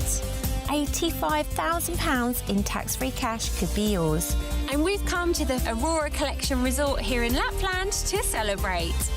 An incredible £85,000 in tax-free cash could be yours. For another chance to win £85,000 cash, text cash to 63225. One entry costs £2.50 plus 1 standard network rate message. Or text bonus to 63225. 5 entries cost £5 plus 1 standard network rate message. Go to gbnews.com/win. Entries start at £2.50. Call 0903 686 3232. Calls cost £2.50 plus your network access charge. Or post your name and number to GB18 PO Box 8690 Derby DE1 9TT. UK only. Entrance must be 18 or over. Lines close at 4 p.m. on the 30th of January. Please check the closing time if listening or watching on demand. Good luck. Britain was once the envy of the world. But look around. A nation that no longer knows what it is or where it's going. A country that's broken. How do we fix Britain? How do we bring it back? Friday night with Matt Goodwin at 8 p.m, only on GB News. No matter the state it's in, this is our nation. Join me, Jacob Rees-Mogg, for a genuine, honest discussion on where we have been, where we are going, and where we are with the people who set the direction. Tune in to State of the Nation every Monday to Thursday, 8 to 9 o'clock. Only on GB News. Britain deserves a newsroom that puts the facts and your voice first. Well, and that's what you get on GB News. Lively debates, lively conversation. And we're not afraid to hold power to account. And each other. So join me, Andrew Pierce. And me, Miriam Cates, for Britain's Newsroom, weekdays from 9:30 on GB News. A really important thing about GB News, and it's brought something completely different to the landscape. The mainstream is all about keeping the status quo as it is, ticking along quite nicely. They don't want to ask difficult questions. GB News exists because there is a desperate need for fearless journalism that puts the people first. GB News came on the scene as a disruptor, and it has always been a disruptor ever since. Journalism in this country has been a cosy world full of groupthink until now. Well, the reality is that most British journalists are afraid. That's not GB News. Journalism is journalism at the end of the day, and we're not here to serve any masters. Our masters are our audience. We're here to talk about things in a way that have never been broadcast on British airways before. Do not miss a moment on GB News. The #1 news channel in the country.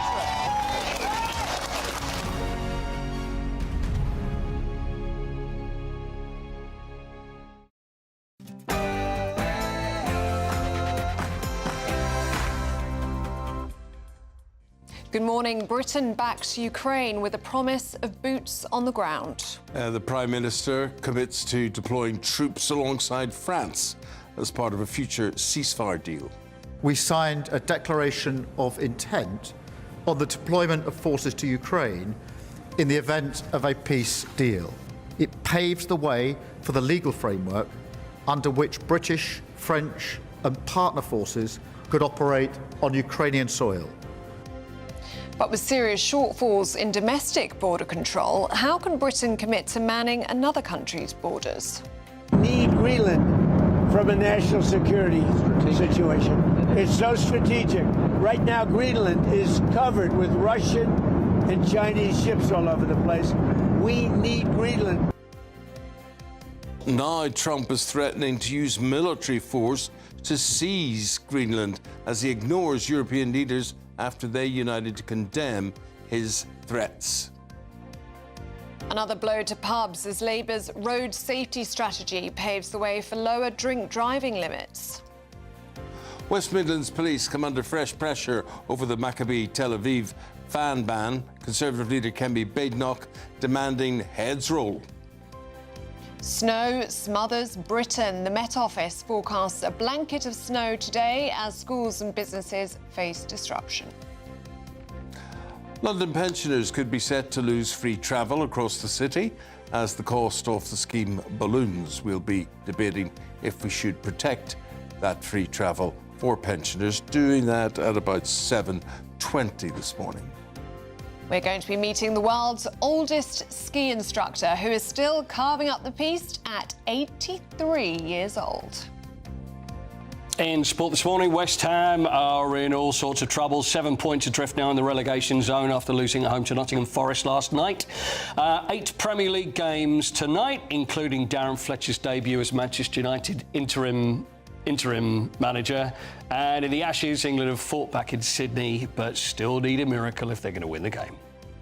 It's another cold and icy start out there, with further snow to come for some during the next few days. Full details coming up in the forecast very soon. Hello there, very good morning to you on this Wednesday morning. I'm Eamonn Holmes. I'm Ellie Costello, and this is GB News Breakfast.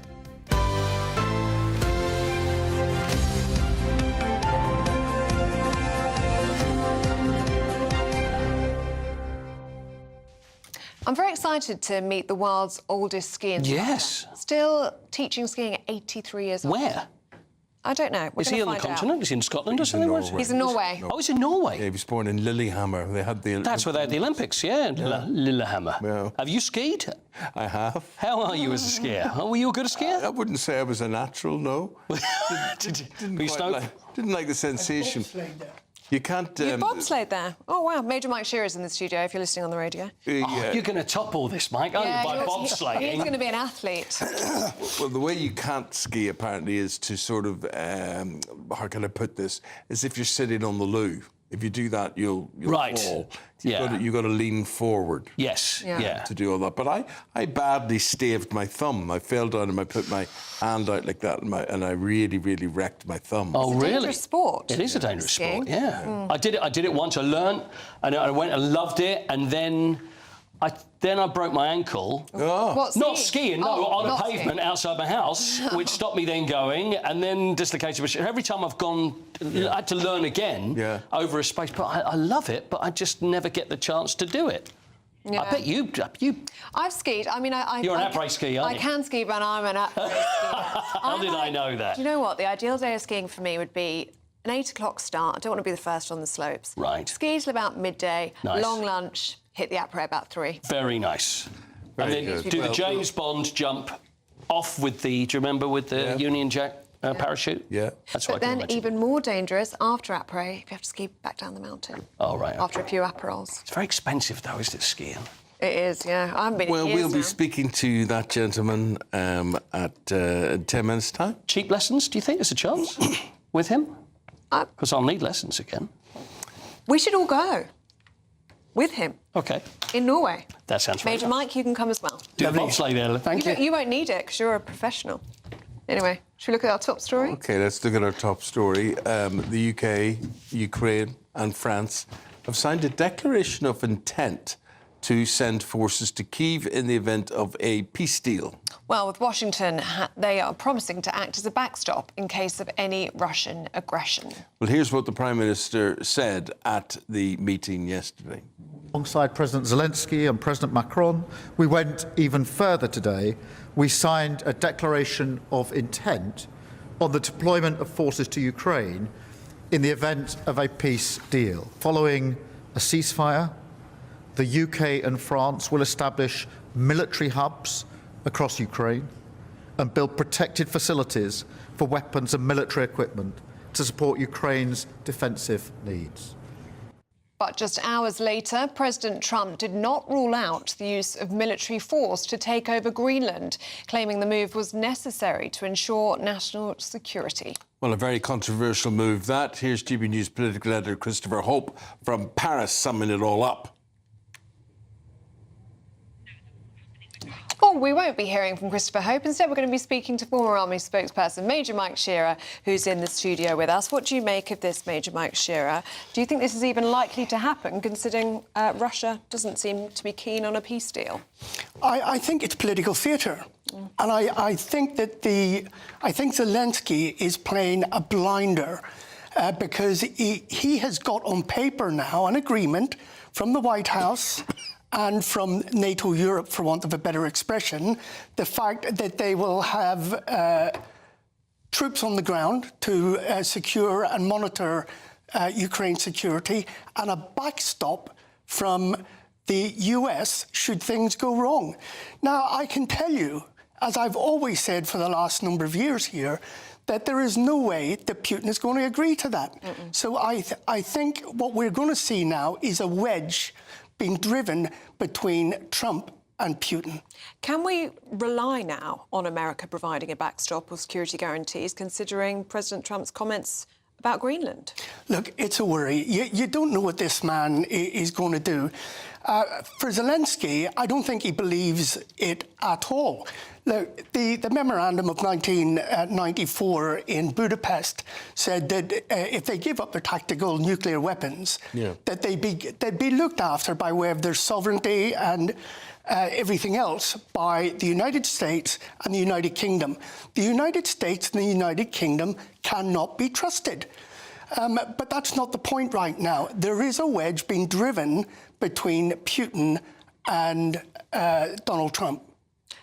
President Trump speaking about Greenland yesterday, and the White House saying that acquiring Greenland is a national security priority and utilising the US military is always an option. I mean, Greenland being owned by Denmark, which is a NATO country. So why has it become a priority, Major? It's not a priority. Look, there are 7 NATO countries that patrol the Arctic Ocean. So it's in good hands. There is no problem there whatsoever. And let's not forget that the United States had a plethora of bases on Greenland, and 30 years ago, thereabout, they took them off. If they want to put them back on, I guarantee you that NATO Denmark would have no problem with it. There is no requirement for them to go there for security reasons. What they are probably after is the minerals in the fullness of time. As that ocean warms up, the minerals become much more available. Yes, and graphite and zinc, they're dependent upon China to deliver right now. If they can get them there, then they stop being dependent on China. Well, do you know what? Just ask, for heaven's sakes. Just ask Denmark if they can do a deal with it. And they'd probably be open to a deal as well. Of course. But as you say, and you said it very well there, the whole thing is political theatre. And either Trump doesn't know what he's talking about, or he's just a scary man. Because you look at how the geography of the world is going to change with Venezuela, maybe Cuba next, Greenland. I mean, the whole world's up for grabs. Look, I am holding up the jacket now that Putin sent Trump for Christmas. The man wants to be an emperor. He wants to be the president that adds to the United States. And someone needs to talk him out of this, because it is not the way the leader of the free world should be behaving. Pax Americana is almost certainly dead right now. The notion that we could rely on our American cousins because we're aligned ideologically, I'm afraid for now is gone until there's a new administration. With talk of invading Greenland, is this the end of the NATO alliance? It would be. I mean, you cannot have blue on blue. I mean, this is fratricide of NATO if they were to do that. Now, the worry is, I don't think Donald Trump really cares about that. But what he needs to do is start speaking straight and telling people really what they're after. And almost certainly it is minerals, because there is no call, there's no worry about the defence in the Arctic Ocean. As I said, there are 7 NATO countries. We have the United States, Canada, we've got Finland, Sweden, Norway, Denmark, and I think I've left one out, but all those Nordic states, they patrol that regularly. The southern end of it, the GI-UK gap, Greenland, Iceland and the UK, is also well served. There is underwater cables and sensors there, along with patrol boats that monitor Russians' movement into the North Atlantic.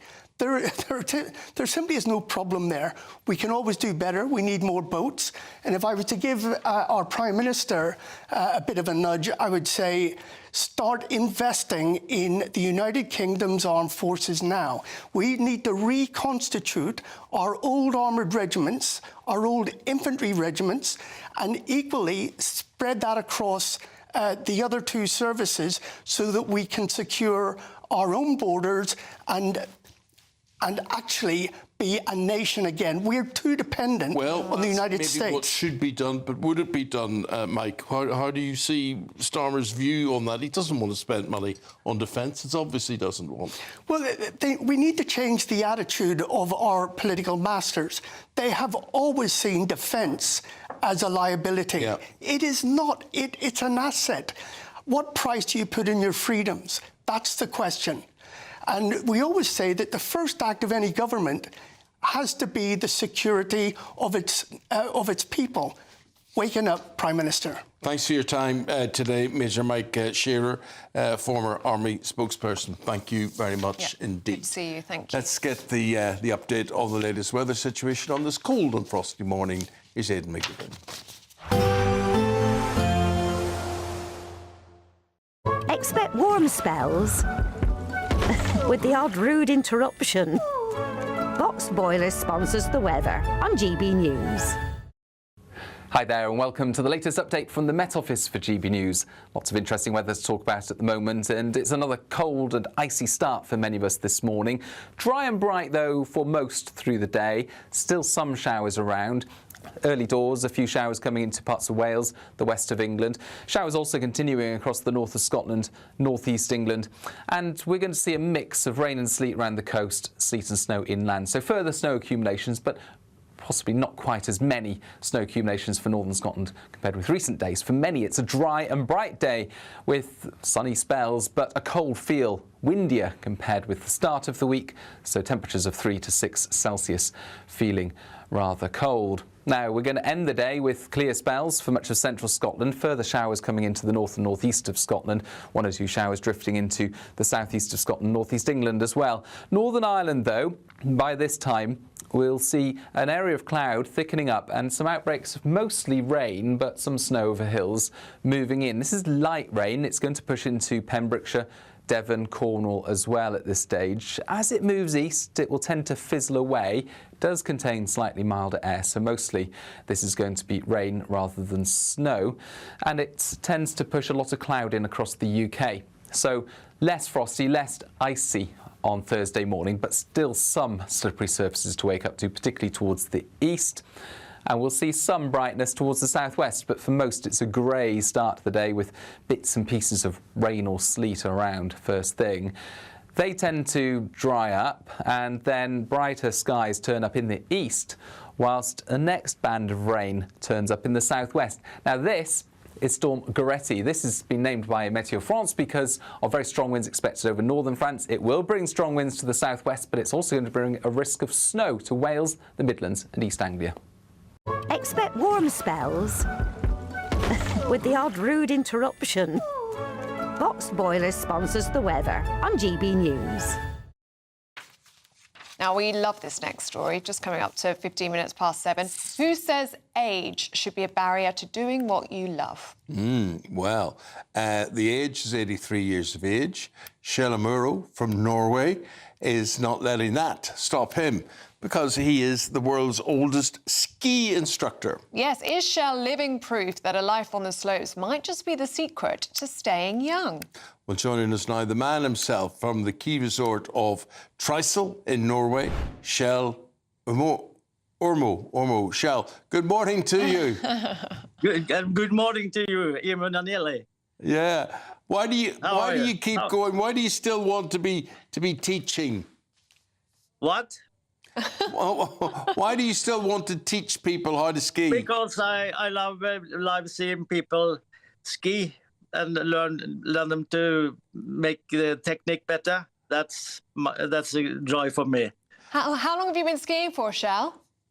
Since I was 2.5 years. Wow. So it's more than 8 years since I started in Lillehammer. And I'm who born are in you- Lillehammer. I'm Oh, born yeah. in Lillehammer. Yeah, where the Winter Olympics were. Yeah. Yes, that's right. Yeah. So what is the thing, Shell, that people have to remember when learning to ski? What is the basic thing they should remember? Yeah, that's to keep the weight pressed forward, the legs against the boots.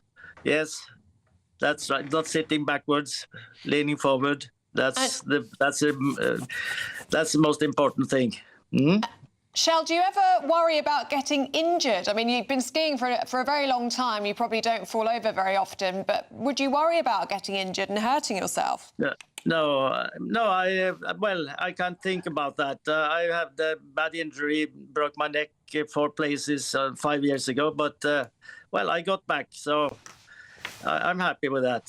Shell, I need to ask you though. It's very well and it's amazing what you do, but is there a point where you're too old to actually learn? Because some of us who are in our late 30s may struggle. But what do you think? Is there a point where you think it's just a bit too old now? Well, I can see you're not too old. You're seeing a very young Franz Klammer, aren't you? I know that's exactly what you're seeing. You can learn. I have pupils up to 80 years, 75, 80 years. So, who are the best learners though? Are they kids or are they the older ones? Well, when you're a kid, you learn very fast. So it's 5, 6 years. That's a good age. So, but I got pupils from mostly. I've got grown-up people mostly, but. I know that small kids, they learn very fast. Shell, how long do you want to ski for? What's the plan? I take 1 year at a time, but hopefully 10 more years. 10 more years? But you still compete, don't you? You still race? Yes, I'm racing in the Masters Cup, FIS Masters Cup. That's the same as the World Cup for the judges. That's people from 30 to 100. So that's I don't race much, but a couple of times in the season. Do you think skiing keeps you young? Yes, I suppose so. Skiing keep me younger, and I have some young colleagues in the ski school. We are about 140, and they are around 20 years. So, I'm the oldest one.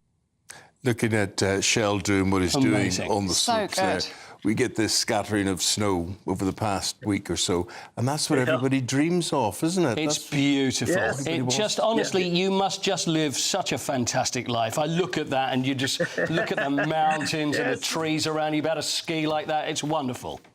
Yeah, yes, I think so too. I'm a lucky man. I can do what I want, actually. Well, not as I did when I was 20, but not far from it. Well, Mr. Lucky, pleasure talking to you today. You keep on skiing there for as long as you want. Thank you for your time today. Thank you. Lovely to chat to you, Shell. Thank you. Very good. Oh, what a nice man. Great energy. Isn't that great? Yeah. I got stuck. I fell off a ski lift. And I was stuck on the ground. Yeah. Oh, that's so scary. You know, it's difficult to try and get up. And then as I couldn't get up. And people were going past. And all I was doing, I remember looking up and going, how are you? Just having a rest. I was doing for about half an hour. Yeah. Nobody would help. It's so hard to get up, isn't it? Especially when you're a steep slope. Yeah. They're more dangerous than actually skiing itself. Yeah. Those lifts. Yeah, they are. Yeah, just scare the life out of me. My granddad learnt to ski at 73 years old. That's brilliant. He learnt, so he hadn't done it before. The first time on skis was at 73, and we all thought he was mad, but he loved it. Okay. Just the freedom of And then he went off the edge of the cliff. Well, if you won our Great British Giveaway competition, maybe you could go on a skiing holiday. You'll certainly have plenty of dosh to do it. Here are the details. Hello from the Aurora Collection Resort here in Lapland. We're on an amazing Arctic adventure to celebrate our greatest cash giveaway, a simply stunning £85,000. And in 2026, we're giving you the chance to win it all. With an extra £85,000 in your bank, you'll be able to indulge in luxury, do those things you've only ever dreamed about. Even tick a few experiences off the bucket list. One lucky viewer is guaranteed to win £85,000 in tax-free cash. But you've got to be in it to win it.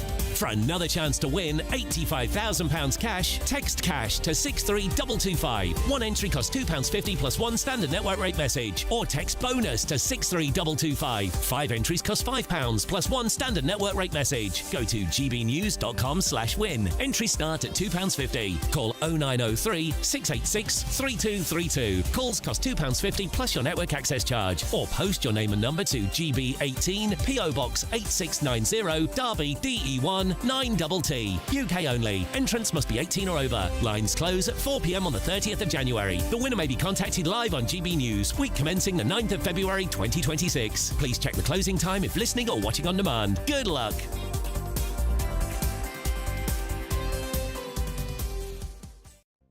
Now, I'll tell you what we're talking about next.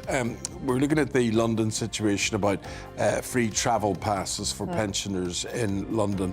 And the questions arising: to save money, should pensioners lose access to their bus passes and things like that? Yeah, we're going to be debating that next on GB News Breakfast with Eamonn and Ellie.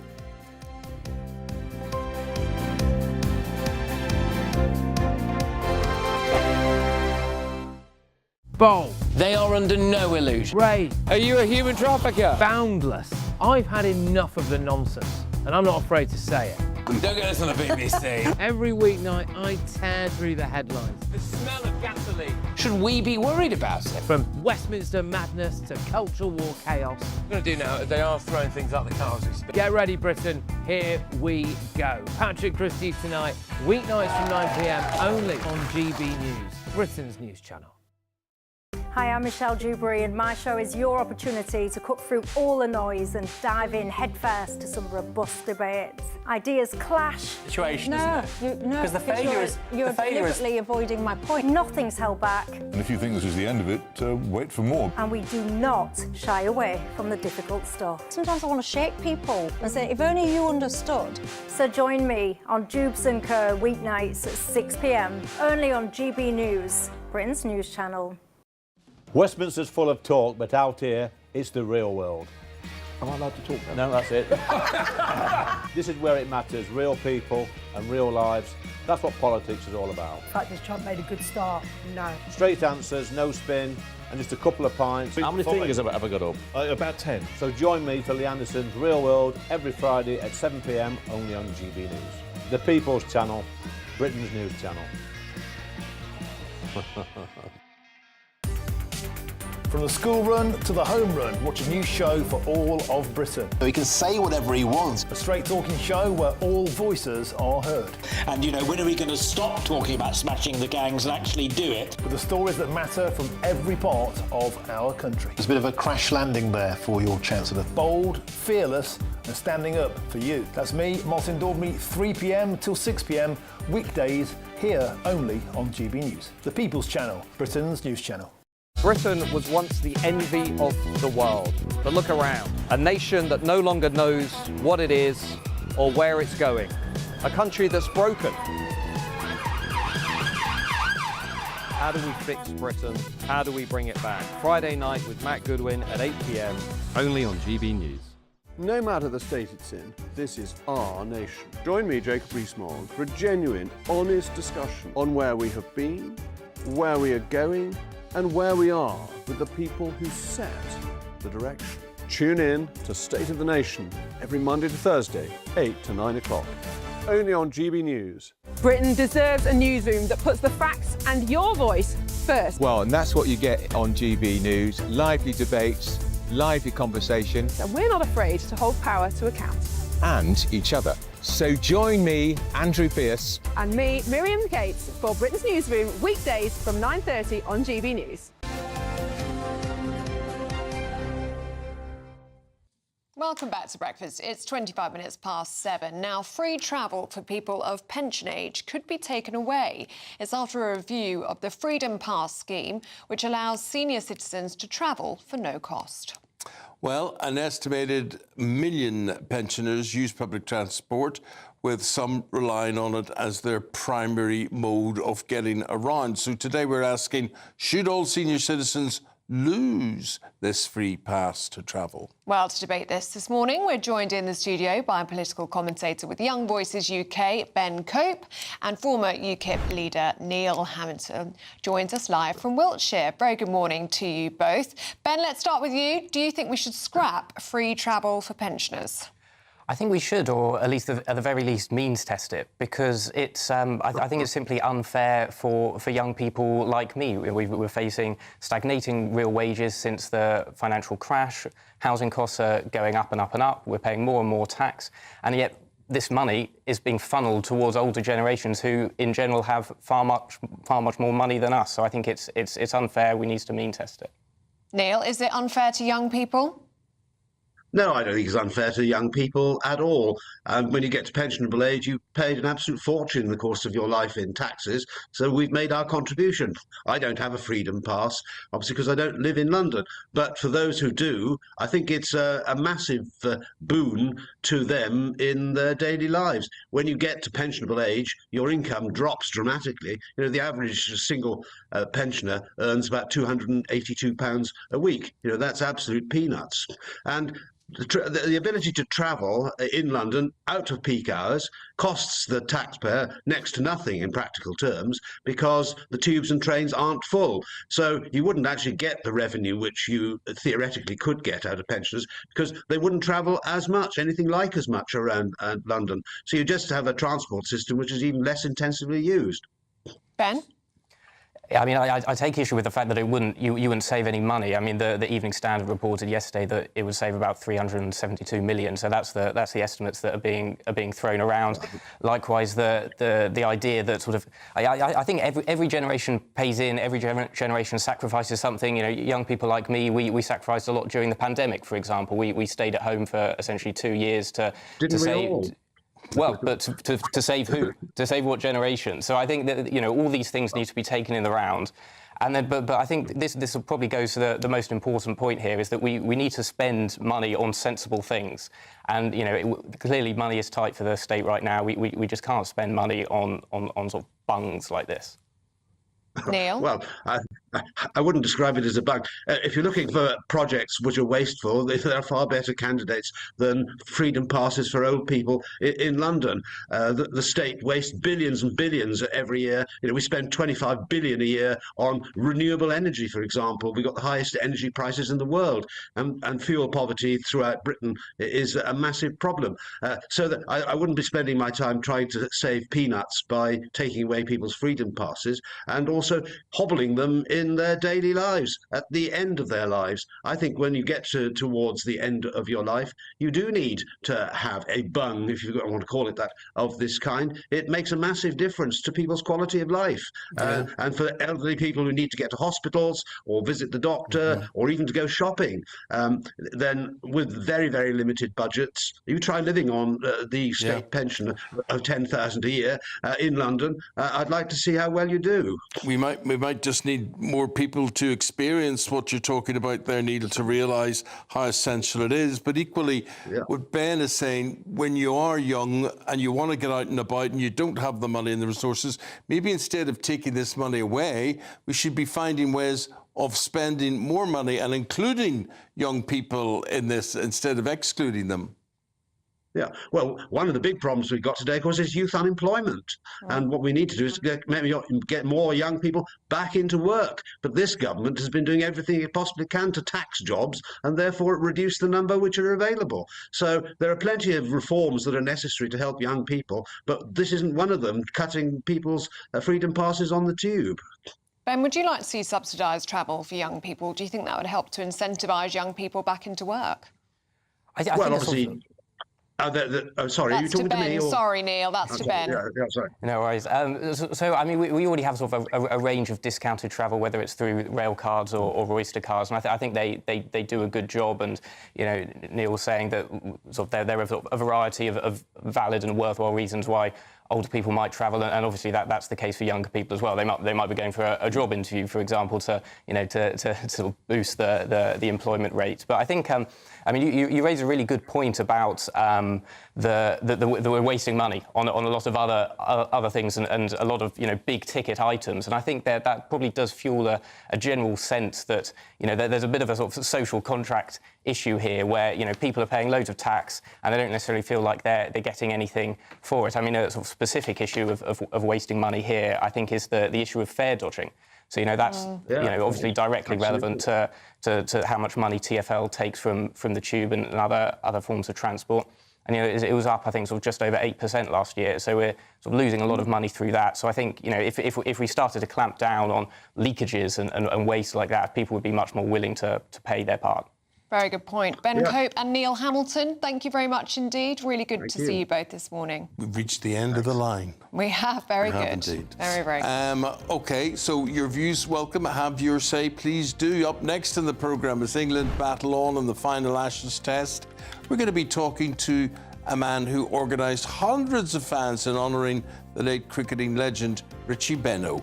Paul Coyte talking to him and bringing us all those pictures right after this short break.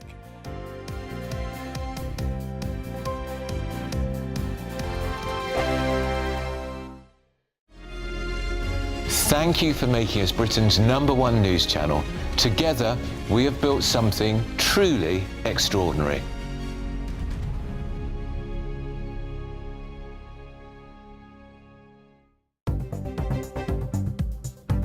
Good morning. This is the latest AI travel news from gbnews.com. The A93 is closed at the Snowgate at Spittal of Glenshie because of adverse weather, so please find an alternative route. On the A55, traffic in both directions over the Britannia Bridge has a temporary limit of 30 miles per hour until further notice. In Leicestershire, the A46 southbound entry slip from the A5630 remains partly blocked after a road traffic collision, with lane closures still in place. And on the trains, Elna says do not travel between Edinburgh and Aberdeen, while Cross Country reports disruption on the same route. For more travel news, go to gbnews.com.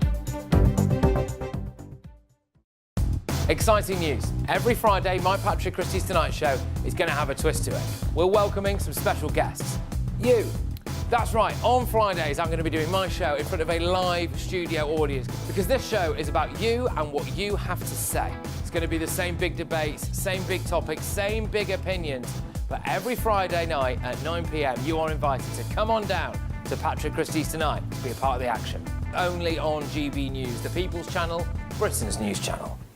Hi, I'm Michelle Dewberry, and my show is your opportunity to cut through all the noise and dive in headfirst to some robust debates. Ideas clash. Situation, isn't it? No, because the failure is you're deliberately avoiding my point. Nothing's held back. And if you think this is the end of it, wait for more. And we do not shy away from the difficult stuff. Sometimes I want to shake people and say, if only you understood. So join me on Jubes & Co weeknights at 6 p.m, only on GB News, Britain's news channel.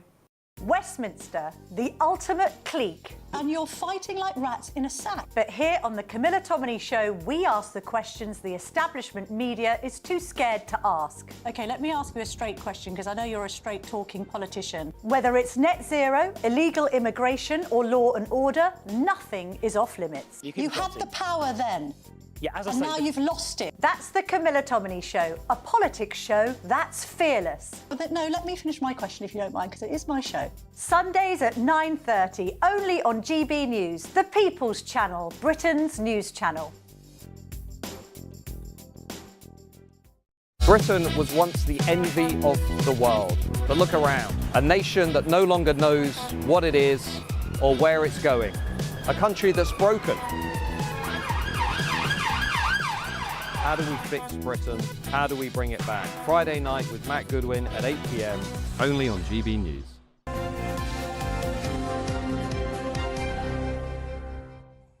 Welcome back to Breakfast. It's 7:35. It's sports time with Paul Coyte. Should we start with the Ashes? Well, I was going to actually say West Ham first. West Ham disaster last night. Well, I say it's disaster last night. It's actually a disaster. West Ham lost to Nottingham Forest at home. 10-game winless streak they're on at the moment. deep in trouble and now 7 points adrift in the relegation zone, where Nottingham Forest, I think it was that 6-pointer, so they've now moved to 21. West Ham only on 14 points. Ashes has ended for the day. 302 for 8. England are. So they are 81 runs in front. Actually, but no, 115 runs in front. So goes to tomorrow morning, and I'm afraid it looks like it's all going to be over tomorrow. Oh. You know, there's still a hope, but we need a lot more than hope, really, to get through this. So that's where it is at Sydney at the moment. But do you remember I was talking about the Richie Benauds, Richies yesterday? Great story, yeah. Richie Benaud, the late great cricketer and cricket commentator. Group of Richies, they dress up as Richie Benaud in Sydney, and there we are. There's the late great Richie himself, and there's the Richies. And I'm really happy because Michael Hennessy, who is the man who is in charge of the Richies, probably the next greatest thing next to Richie Benaud, is in Sydney at the moment, and we can find... There he is. I didn't even recognise you there, Michael, without the wig on and without the beige. Yeah, sorry to disappoint you, Paul, but some good pictures you were flashing up. I enjoyed seeing those. Listen, Richie Benaud, so we all love Richie Benaud. He was as big here as he was... Look at all the Richies there. But how did all this come about? Was this when Richie was still alive? Was it a tribute to him many years after he died? What happened? Yeah, that's right. We started in the summer of 2009-10 as a tribute to Richie. There was some whispers that it might have been his last summer commentating on the Australian cricket. So we tried to get the cream, the bone, the white, the off-white, the ivory and the beige together to pay our tribute. And how did he react to that? In typical Richie fashion, you know, he had a pretty dry sense of humour, pretty short and sharp. It was like a stare out the corner of his eye, like that at you, and didn't say too much? Yeah, his fellow commentators, I think, enjoyed it a little bit more than he did, but he tolerated us, and then over time he began to like it more and more. He was actually really great. We had a few interactions with him over the years before he passed, which I treasure, you know, strongly. And how many of you were there then compared to how many they were just the other day? Yeah, so in our first year we had 10 of us. There was just a few mates I went to school with and university with, and we had a great day. And after that, friend said, "Oh, can we join you next year?" And we thought, "Okay, let's go again. Let's go next year and keep it going." And we continued to have fun, and it grew and grew each year. But just on day 2 of the SCG test, we had 650 Richies.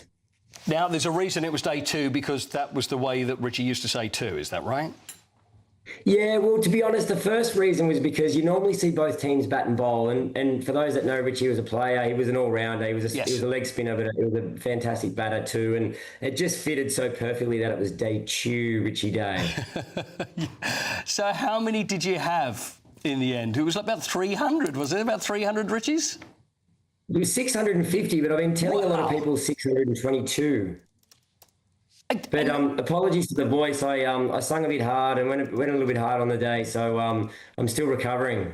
OK, and I just wonder, is there enough Richie wigs in the whole of Sydney to actually provide for 600 people?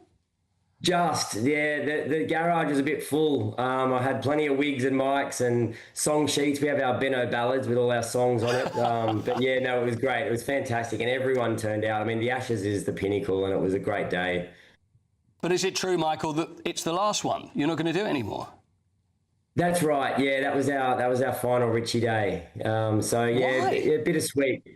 Why? Oh, I think you've got to know when to go. You know, you want to go out. We wanted to go out on a high, and I think there's, as I said before, there's no bigger than the Ashes. So to fill a full bay at the Ashes, and hopefully what ends up being 4-1, or at least an Ashes win for Australia, it's a great way to go out. Michael, it's not 4-1 yet, just to let you know. It's not over yet. You're still 3-1 at the moment. Listen, I'm thinking of doing a Jim Laker day, maybe for the Ashes over here. So, you know, if there's any tips, let me know. But we love it. That's all right. I can get you a wig guy. OK, have a word for me. Congrats on the Ashes, as much as it pains me to say, but thanks a lot for your time. We really appreciate it. Well done. Thanks, Paul. Cheers. Thank you very much. Michael Hennessy, there's the Richie Benaud #1. I didn't recognise him without the wig and the beige. I didn't recognise him. The #1. OK. Still to come, Reformer under fire. We'll be discussing that and more in the papers with Claire Muldoon and Christo Fufas. Morning, after this. you two. Ready to soak up that holiday sunshine? Won't we need some cover? No worries. All sorted. All Clear Travel Insurance sponsors GB News Travel Destinations Forecast. Whilst we've seen the cold weather affect the UK and much of Western Europe, it's turning less cold in Iberia now, whilst it's increasingly unsettled across southeastern parts of Europe, especially Greece and Turkey, where we'll see strong winds and heavy rain moving through during Thursday and Friday. Italy's on the cold side, temperatures a few degrees below average. Meanwhile, temperatures have now recovered for Spain and Portugal, back up to the double figures or the teens in places. All Clear Travel Insurance sponsors GB News Travel Destinations Forecast. Britain was once the envy of the world. But look around. A nation that no longer knows what it is or where it's going. A country that's broken. How do we fix Britain? How do we bring it back? Friday night with Matt Goodwin at 8 p.m, only on GB News. This is GB News, Britain's news channel.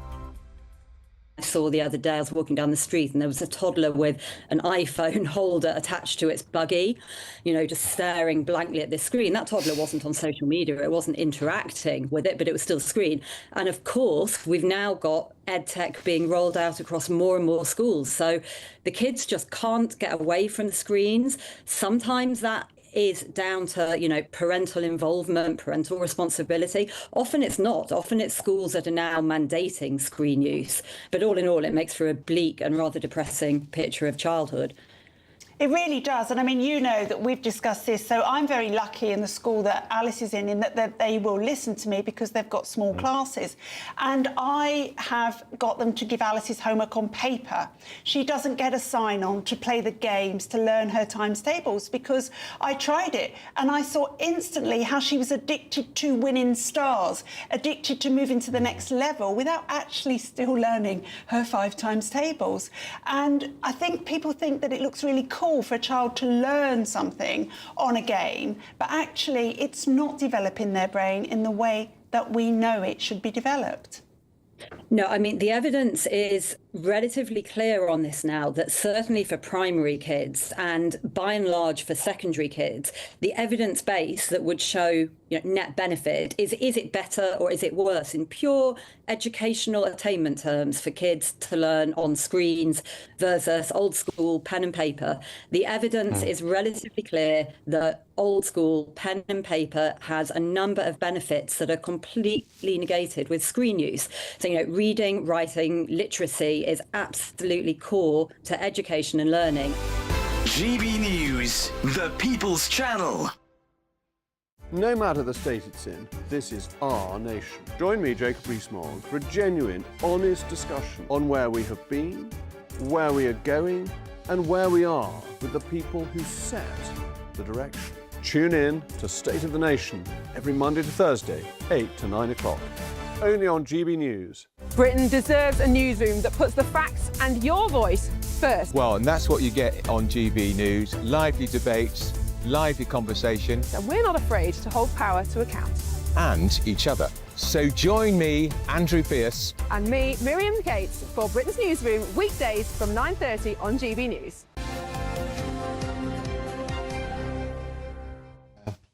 Welcome back to Breakfast. We're going through the papers in the company of Claire Muldoon and Christo Fufas. Morning, you two. Well, here's a story to start with, right? So there's this prison, which is where in the middle of nowhere, forget where it was, but anyway, it's full of poisonous gas, and can't be used, but it has to be paid for. Yeah, it's in Dartmoor. And this goes back years and years ago when the Ministry of Justice signed the lease for this prison. And it's now found to have had, like you quite rightly said, Eamonn, it's going to cost the taxpayer £100 million to get rid of the gas that causes cancers, lung cancer, esophageal cancer, amongst other things. Now, the claims of this from both prisoners and prison officers have started to come through now. Yeah. So as a result, this prison is actually empty at the moment. The lease cannot be severed until 2033. It's in Dartmoor. Yeah, it's Dartmoor, yes. And it's like the rock, the rock ceilings in schools. Why, and asbestos, why can't the civil servants in this country carry out due diligence, especially when contracts are involved? So we've got no space for prisoners in the whole country. No. And we've had to get rid of 400 or 500 from this prison and find new spaces for them, which we know we don't have because of that. Remember the catastrophic early release plan? Yeah. And this prison in Dartmoor was specifically for sex offenders. So it's again, and it's not the Labour government's fault. This was all done in the Conservative administration, but it's not even their fault. For me, it's the civil servants. And they need to put their hands up and be accountable for every single thing that goes through this country. They need to dot the I's, cross the T's and have accountability. So it's the decision makers, you think? By the MOJ, absolutely, Ellie. And the Accounts Committee said that this deal, which was signed in 2022, was signed in a blind panic by civil servants because they were looking to try and get these prison places up. They failed to negotiate a good deal. As Claire said, they're paying until 2033, £4 million a year, and it's out there. Notwithstanding the number of claims that are going to come through from previous, but also I want to make this other point, and this is quite clear. This is actually greater the fact that it was the MOJ that signed the contracts and not a private company, because therefore there is some accountability now and we will learn about it, unlike Group 4 and other security firms who are actually running prisons at the moment, which I think is an absolutely terrible idea. OK, let's talk about fuel duty and energy costs, Christo. This is in the Times. Yes, so this is Nigel Farage, Reform, obviously, opposing Labour's plans. It's made page 12 of the Times to raise fuel duty, pledging to cut energy bills under plans to put the cost of living at the heart of local elections for reform. So Labour reform, Conservatives, obviously big local election battlegrounds coming up, and Prime Minister has told everyone, look, in fact, the Prime Minister has started gaslighting us into telling us that we have all started feeling better, apparently, and that we are starting to see the fruits of their work on cost of living. However, Nigel Farage is saying that actually fuel duty is incredibly important. Prices at the pump, significant issue at the next election. He said that Labour needs to leave Britain's hard done by motorists alone, so he wants to fund the move with cuts to welfare spending on foreign nationals. People need to put fuel in their cars. I mean, they do, and it's just so integral. And what they don't realise, and bearing in mind there was another report today saying or an opinion piece I read saying that Ed Miliband is poised to be Chancellor, apparently, which is a frightening thought for all of us. But white van man, the people who are delivery drivers, people who have to get their children to school in the mornings in their vehicles, in their cars that take petrol, they are the backbone of our nation, and crippling them, mainly for environmental nonsense, because, who doesn't want a nicer environment? But let's not cripple ourselves and bankrupt ourselves trying to get to it. It's so short-sighted that we are completely shafting all of these people. And so I think that the Reform are onto something with this. Claire, what do you think?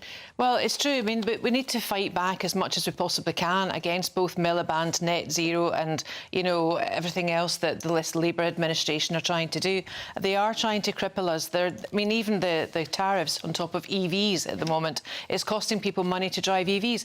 Brown Blair days, it was buy diesel, and now diesel was ousted for emissions, etc., etc. They just don't know what they're doing. Yeah. They really don't. They are metaphorically, and literally, they are driving this country into the sewers without anyone getting it back. These are people who just don't have experience of the real world. They don't. You're right. You're so right. Yeah, it's absolutely. But they don't listen either, Eamonn. They're not taking points of view on board. No. They're so when people talk about the political system, I definitely believe it is broken, and that's reflected with young people today. They say they would prefer dictators to run. Oh gosh, yes, I read that. And just get to the point and whatever it is. Instead, all this nonsense we've got to deal with and delays and everything. And I'm amazed it must have been to live in Dubai. We want a motorway stretching to this airport. Right, build one next week. OK, fine. Here it would take, 20 years? to get through planning before it even starts. Do you know that the Bakerloo line, which I know is very London-centric, but it's obviously a tube line in London which stops in Elephant and Castle, which is not... It's a short tube line for London. It's the one that this studio is on. Do you know that they've been talking about the extension of the Bakerloo line since 1945, since the Second World War? They've been talking about the third runway at Heathrow since 1948. Really? I mean, that's how long this stuff is discussed and pontificated about and spoken about. And you're absolutely right. And what gets me the most about this sort of thing with fuel duty is that the gaslighting, that they tell us that they're making us better off when they're not. I see what you did there, the gaslighting. Gaslighting, right. So does that bring us to what's happening in Canterbury? Yeah, now... So this is a cathedral city, so beloved by Charles Dickens that he based the novel David Copperfield there. Yeah, and we've got Reform from that Nigel Farage story on fuel duty doing what you would expect Reform to be doing, right? Talking about fuel duty.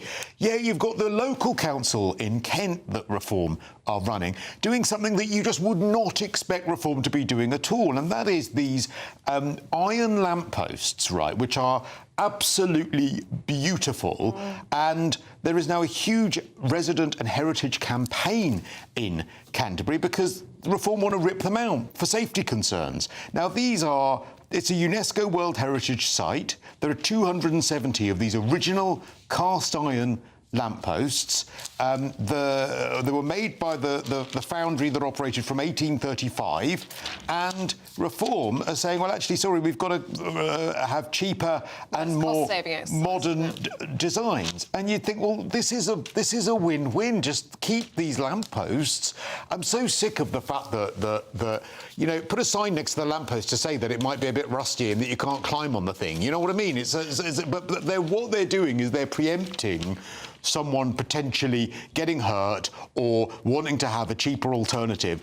But the problem is that this is not what people vote for Reform for, and it does stink a little bit of once some of these people get into power, they go into this autopilot administration bureaucracy mode, and I hope it isn't a taste of what would happen if there was a Reform government. A taste of January now, and it is Ellie's mummy's birthday today. It is, and it was Claire's birthday on Sunday. Was it, Claire? Yes. Well, apparently that's not good news, Claire. It's not good news at all. So tell us why it's not good news. Because no one wants to celebrate with you. 1 in 3 people who are born in January don't want their birthdays in January because they don't have any friends that are available to come because I'm detoxing or I'm doing something else, or they just don't turn up, you know?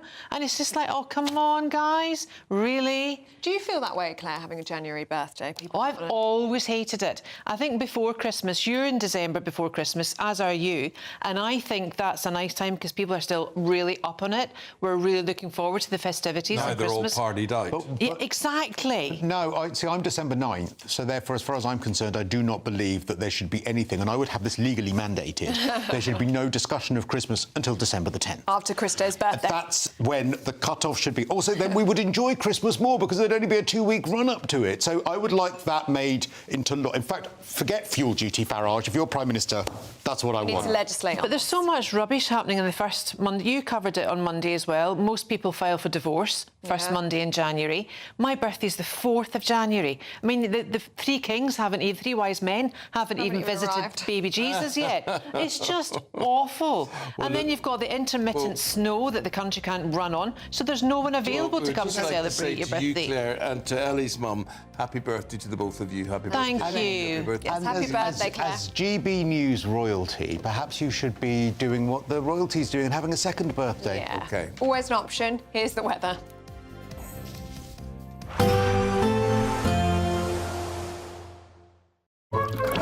Warm and cosy, with a chance of zero visibility. Boxed Boilers sponsors the weather on GB News. Hi there and welcome to the latest update from the Met Office for GB News. Lots of interesting weather to talk about at the moment, and it's another cold and icy start for many of us this morning. Dry and bright though for most through the day, still some showers around. Early doors, a few showers coming into parts of Wales, the west of England. Showers also continuing across the north of Scotland, northeast England.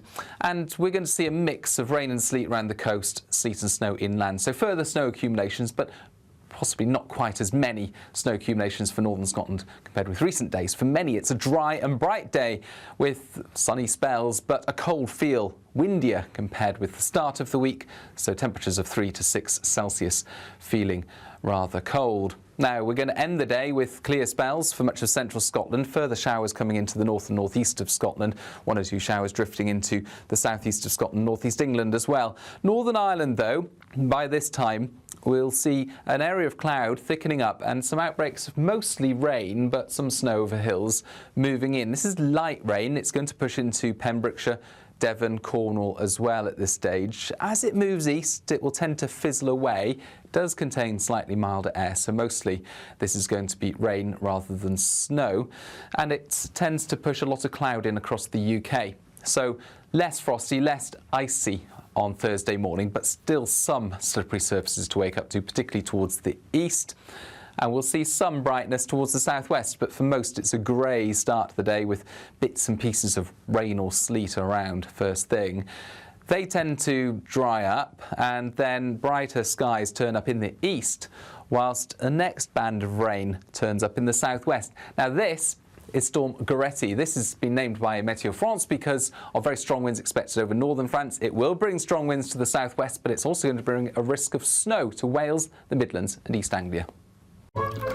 Warm and cosy, with a chance of zero visibility. Boxed Boilers sponsors the weather on GB News. Thank you to our global community for watching and listening to GB News. We're not only the #1 news channel in Britain, we're chosen by you around the world. Good morning. This is the latest AI travel news from gbnews.com.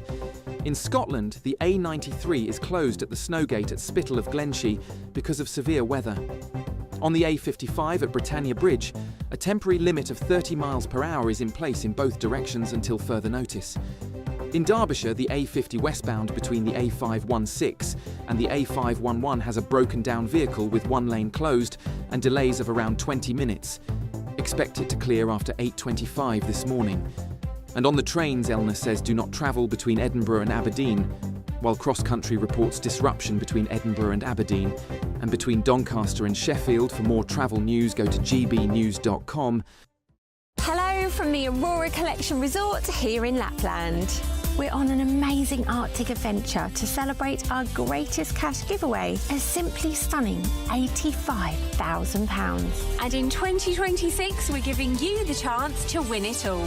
For another chance to win £85,000 cash, text cash to 63225. One entry costs £2.50 plus one standard network rate message. Or text bonus to 63225. 5 entries cost £5 plus one standard network rate message. Go to gbnews.com/win. Entries start at £2.50. Call 0903 686 3232. Calls cost £2.50 plus your network access charge. Or post your name and number to GB18 PO Box 8690 Derby DE1 9TT. UK only. Entrance must be 18 or over. Lines close at 4 p.m. on the 30th of January. The winner may be contacted live on GB News, week commencing the 9th of February 2026. Please check the closing time if listening or watching on demand.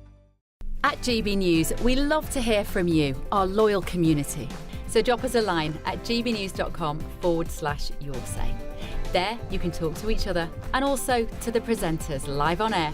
gbnews.com/yoursay, because GB News is your channel, Britain's news channel. Join me, Nana Akwe, for an informative, interactive news programme with a difference. It's fun. No, he didn't say that, Dave. I'm so surprised. I think there's an element of truth to that. Join me from 3 p.m. every weekend, only on GB News, Britain's news channel. In the GB Newsroom, we bring you the news as it happens. With our team of dedicated journalists across the UK, we're ready to keep you up to date with what's happening every half an hour, every single day. Bulletins here on GB News, the People's Channel, Britain's news channel.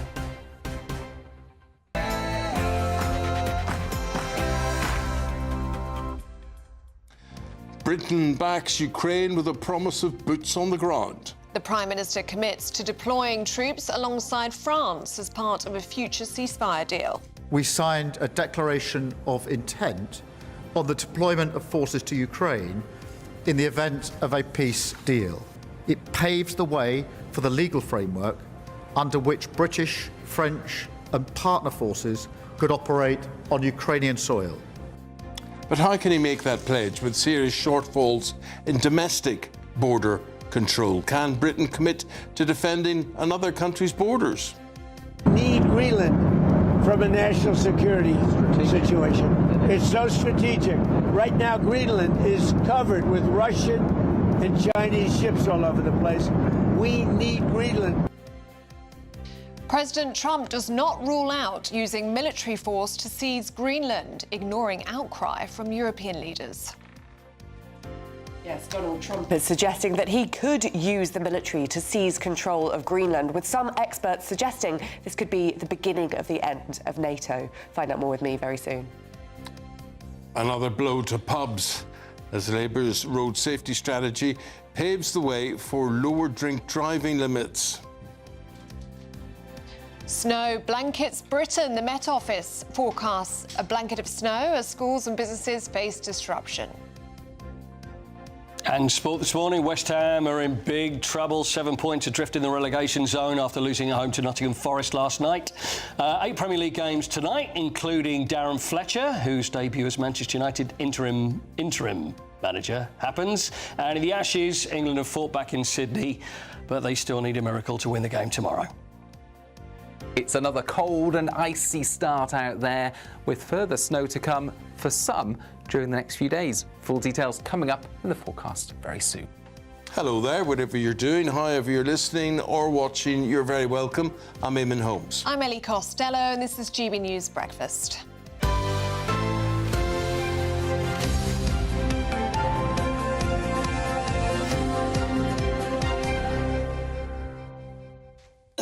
Let's get straight into the politics this morning, shall we? And cross over live to Westminster, where the Shadow Justice Minister Kieran Mullen joins us now. Morning to you, Mr Mullen.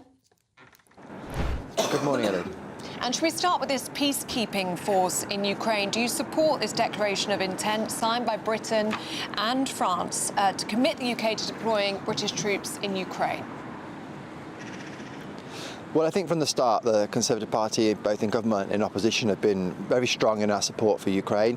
Ukraine's national security in the war it's fighting against Russia, and it's in all of our interests for them to succeed. So, of course, we will be sympathetic to whatever we can do to maintain its border security if there is a deal. But, of course, committing troops, putting them in potentially the firing line is one of the most serious things a government can do. And, of course, an opposition should be very, very careful about giving any support for that. We'd want to see the exact details of not just what Britain may well be committed to, but what other allies, particularly America, what they signed up to do. I don't think it would be a credible deterrent to Russia if America aren't involved. So, yeah, we're not going to give a yes at this stage. We'll have to look very, very carefully at it. What's your response to President Trump not ruling out taking Greenland by force? Do you think this is the end of the NATO alliance? Well, Greenland is an incredibly important NATO ally. They have always been an important part of the security we provide in relation to the Arctic Circle. We're clear that they are an ally, and it's for them and for their people to determine, Denmark and Greenland together, the future of their country. I think Trump is right to say that whole area, the Arctic area, is very important for our national security, for our global alliances. As he has done previously in relation to NATO spending, he's drawing attention to an area that we all have to have a focus on, but as I said, it's for Denmark and Greenland to determine the future of their countries. And in terms of President Trump potentially taking Greenland by force, would Kemi Badenoch challenge him? As I said, it's for Greenland and Denmark to determine their future. I don't think it's helpful for the government or the opposition, for that matter, to get into a kind of a war of words over these sorts of things. We know that President Trump is known for saying what he thinks and perhaps saying things that test the boundaries at times. That's obvious. We're clear in our position on that, as have a very important other NATO allies being clear in our position on that. Now, but that doesn't mean that we shouldn't pay attention to the issue. Sorry, the sound is a bit intermittent there, Sure, I'm afraid. sure. You're here today to talk to us Sorry. about the government's plan to scrap jury trials. You want Labour MPs to try and force a U-turn on this. Tell us more. Well, people, I think all of your listeners will know that jury trials are a fundamental and important right as a British citizen for any significant crime. It's a right that we've had for more than 800 years, enshrined in the Magna Carta. This is important historical rights of ours. And absolutely there are challenges in the courts, primarily related to COVID backlogs, that those are challenges that we accept are there. But the idea that we are going to reduce people's access to jury trials, people's rights to jury trials, to tackle that is just totally wrong, totally unacceptable. And it's not just Conservative MPs that feel that way. There's more than 30 Labour MPs that have spoken out about this issue, and actually the Prime Minister and the Justice Secretary and the Justice Minister themselves have all spoken in the past about how incredibly important jury trials are, not just to the individual but for our whole society. Being part of a jury is the way in which we participate in our justice system, all of us together, and it would be totally wrong to reduce the access to jury trials for the defendants accused of very serious offences in some circumstances under these proposals, and we hope that more Labour MPs and other opposition MPs will join us today in opposing that. But Kieran, it's totally wrong that we have waiting lists the way we have, and that people have to wait on justice and wait and wait and wait. It's absolutely a challenge. I would just say, prior to the pandemic, the waiting times for Crown Courts were lower under the Conservative government than they had been at their peak under the previous Labour government. So the pandemic really is at the core of these issues. People remember that very many public services stopped, including the courts, and whilst we got jury trials back on as soon as we could, they were done at a much slower rate, and it led to this backlog building up. Absolutely, we should look at tackling that. One of the ways we could do that is to increase what we call the sitting days, so the number of days that judges are funded to sit in the Crown Court. Labour spent more than a year dithering on increasing the number of sitting days, and even now there are thousands more sitting days that the justice system has said that they could run court sittings, and Labour aren't taking us up on that. So let's start with those kind of basic measures of just increasing capacity in the courts, improving how the courts operate to tackle that issue before we start curtailing one of our fundamental freedoms. But Kieran, what difference does it make whether your fate is decided by a butcher, a baker, a candlestick maker, or a judge? An enormous difference, Eamonn. I think, the evidence is quite clear, actually, that when you compare decisions that juries make versus decisions that judges and magistrates make, the jury system is the most fair and reliable part of our justice system when it comes to things like discrimination, seeing people for who they are, treating them fairly. Actually, juries have a really good record in that regard, and as I said at the start, it's actually a fundamental part of the way in which we make the justice system part of us, part of our society. That's what actually the purpose for why juries were brought in the first place, was to say that actually citizens should be the people who are at the core of our justice system, and juries are a fundamental way in which we do that.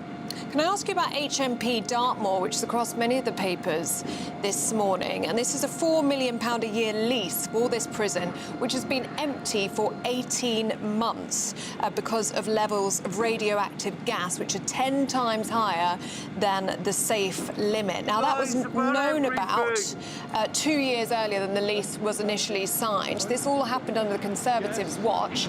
This is a needless waste of taxpayers' money, especially when we have such a shortage of prison spaces. We need this prison to be open and safe. Yeah, absolutely. At the moment, Labour are putting through a sentencing bill in Parliament that will let more than 2/3 of people sent to prison for rape, more than 90% of people sent to prison for child grooming, to get out of prison earlier. Because they say they don't have prison spaces, yet at the same time we've got a prison that they pledged to get back open. That was their commitment that they made, sat not being used. It's totally unacceptable. And again, it's yet another example of where Labour are failing to just do the basic job of administering and managing our justice system. Yes, there are challenges there. We absolutely don't deny that, but they could be doing a much better job than they are doing at tackling those challenges. But you signed the lease on a prison that had levels of gas that are 10 times higher than the safe limit. How was that allowed to happen? Well, I'm not familiar with how it actually got to that point. Forgive me, it was prior to my time in the justice system. But as I said, they've made a commitment in knowing the facts and seeing the report that had been made about that prison to get it reopened, and they failed to meet that pledge. It's for them to set out, if they've made a commitment to do something, why they failed. Well, we're out of time, Kieran. Thanks very much indeed. He's Kieran Mullen, and he is the Shadow Justice Minister. Thank you very much indeed. Well, in the studio with us now, listening across to all of that, is GB News political commentator Olivia Utley. What do you make of it, Olivia? Well, it was interesting when he was talking there about what his response to this Greenland issue is. And he said that it's not helpful for either the government or the opposition to intervene. There shouldn't be a war of words in Britain. It's for the future. It's for Denmark and Greenland to decide, which proves exactly the very, very difficult position that Donald Trump has put British politicians in, and in fact, politicians across Europe. What he said is that he wants to get control of Greenland. Now, he hasn't said that he will use military force, but he hasn't ruled it out. And that is really, really important. It would be very easy for the US to seize control of Greenland if it were to use the military. It wouldn't take more than a few helicopters, one Danish politician has suggested. And if he were to do that, well, then obviously it would put Donald Trump and the US, the strongest force in NATO, at odds with all of the rest of NATO. So that is why you are hearing experts saying that this could be the beginning of the end of NATO. Now, as I say, it is not something which Donald Trump is planning, and it could be, as Justice Mullins suggested there, that he is simply pushing the boundaries, seeing what happens when he says this, waiting for a reaction. But the fact that he doesn't rule it out is quite scary. What Marco Rubio, the Secretary of State, has said privately is that actually what the US wants to do is simply to buy Greenland off Denmark, which is something that Donald Trump wanted to do in his first term in office. But not ruling it out puts British politicians and politicians around the whole world in a very, very difficult position. Certainly does. Olivia, thank you very much. Appreciate it. 11 minutes now past 8 o'clock. A very good morning to you on this Wednesday morning. To discuss all this further, we're joined by former head of the UK's Joint Forces Command, Sir Chris Deverell. Sir Chris, good morning to you. First of all, the Ukrainian situation, British boots on the ground or not? Too early to say, I think. I mean, this certainly could be a step on the road to a ceasefire in Ukraine, but there are still a lot of issues to be resolved. I think there are not one, but three elephants in the room. You know, there's no sign that Putin wants peace, especially one that entails troops from NATO nations deployed in Ukraine. There must be an issue about any US security guarantee, given everything that President Trump has said and done. And, you know, will the coalition of the willing be able to deploy a credible force? Depends, of course, on parliamentary approval in the countries involved, including the US Congress. And it depends on investment in the militaries, including of Britain and France. And so far, you know, we're nowhere near the level we should be. Is there anything more than just hot air? Is this anything more than just pie in the sky thinking, this coalition of the willing, these meetings that we keep seeing in London and in Paris, when, as you say, Putin looks nowhere near to wanting peace? The Kremlin has been very clear they wouldn't accept NATO troops on the border. And now this big question about the backstop and whether we can rely on America's word when it comes to security guarantees. I mean, certainly those are all good questions, but it's also true that if there is to be a ceasefire, it's hard to see how there can be one unless the Ukrainians have confidence that this won't all happen again in a few years' time. And that entails some kind of security guarantees from European countries, but also from the United States.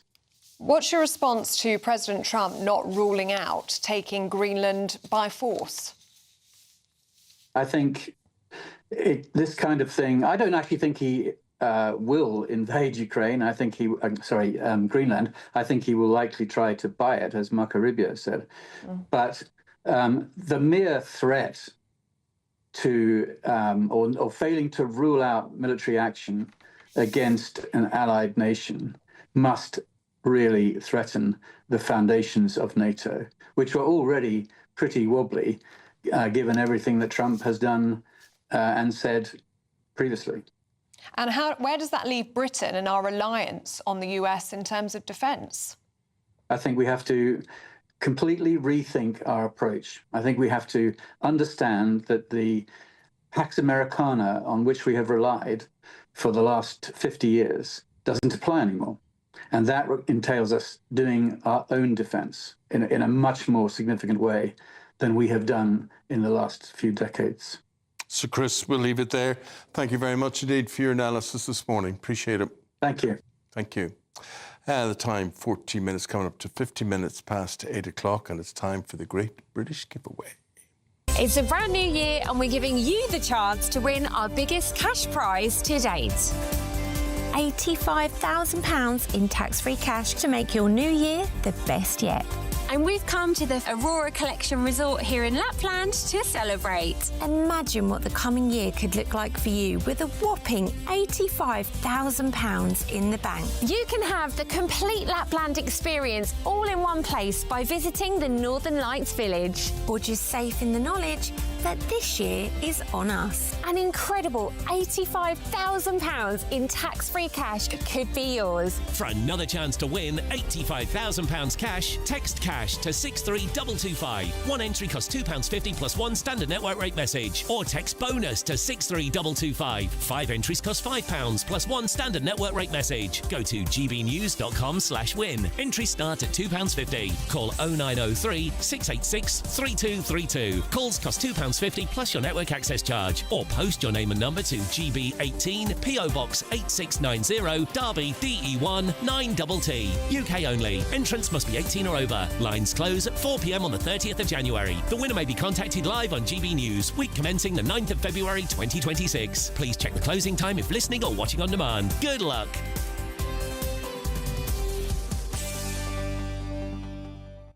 Now, seeing all that snow from Lapland there reminds me that the worst of the snow is still to come, still to hit Britain with Storm Goretti. And it's wreaking havoc, or it will wreak havoc, on more schools and businesses. Talking about that and what to expect right after this.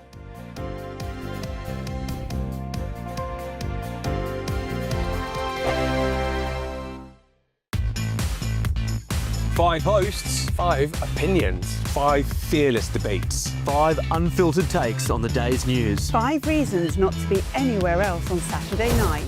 This is the Saturday 5. You got me.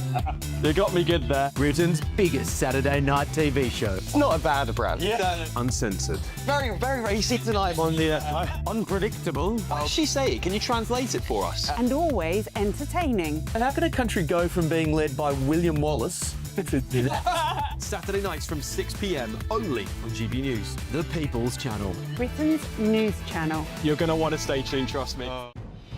Good afternoon, Britain. Weekdays from midday. The University of Bristol has been threatened with legal action by a leading academic who led a recent government review into sex and gender data collection.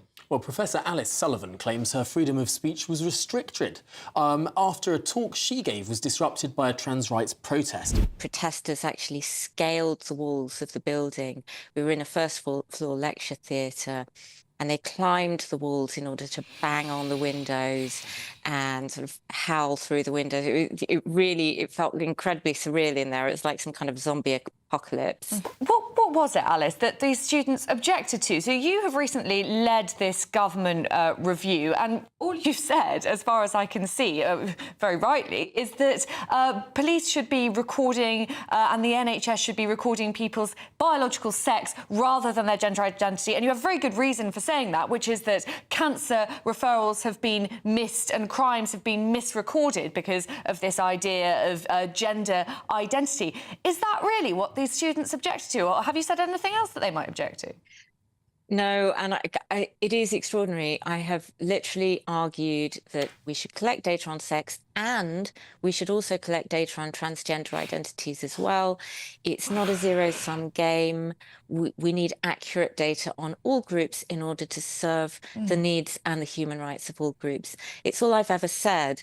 And I can only imagine that had these protesters actually come in and listened to my talk, they might have been surprised, because I really don't know what they thought I was saying. Obviously, from the perspective of someone outside the room banging on the window, they have no idea what I'm saying. It's absolutely extraordinary. I mean, very good. This is why people need to come in and listen. GB News, the People's Channel. Britain deserves a newsroom that puts the facts and your voice first. Well, and that's what you get on GB News. Lively debates, lively conversation. And we're not afraid to hold power to account. And each other. So join me, Andrew Pearce. And me, Miriam Cates, for Britain's Newsroom, weekdays from 9:30 on GB News.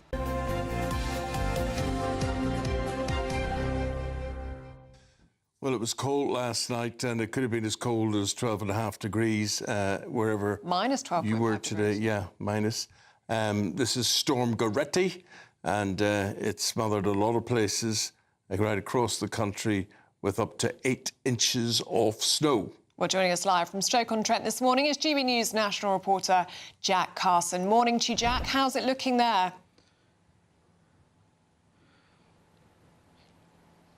Well, here we are in Stoke-on-Trent this morning. Of course, there's been snow yesterday, overnight now, with more snow showers, rain, but also this cold weather, this yellow weather warning for ice that's been in place until last night, going to be in place until 10 o'clock this morning. That's making some of this slush that you can see here on the ground really start to get a bit slippy and start to turn to ice. That is already causing trouble on the roads. Now, yesterday here in Staffordshire, 1,000 schools had to close because of the snow and the extremely difficult driving conditions. So schools closing because they didn't want parents to bring their kids to school in such dangerous conditions. This morning, it was 85 schools in Staffordshire yesterday that had to close. It's only 2 still this morning, but both of them still citing dangerous driving conditions. That's some of the impact that this cold weather, particularly in this part of the country, is still having. It's all because of Storm Goretti that's coming over from the English Channel. Already Met Office putting in yellow weather warnings for snow for both tomorrow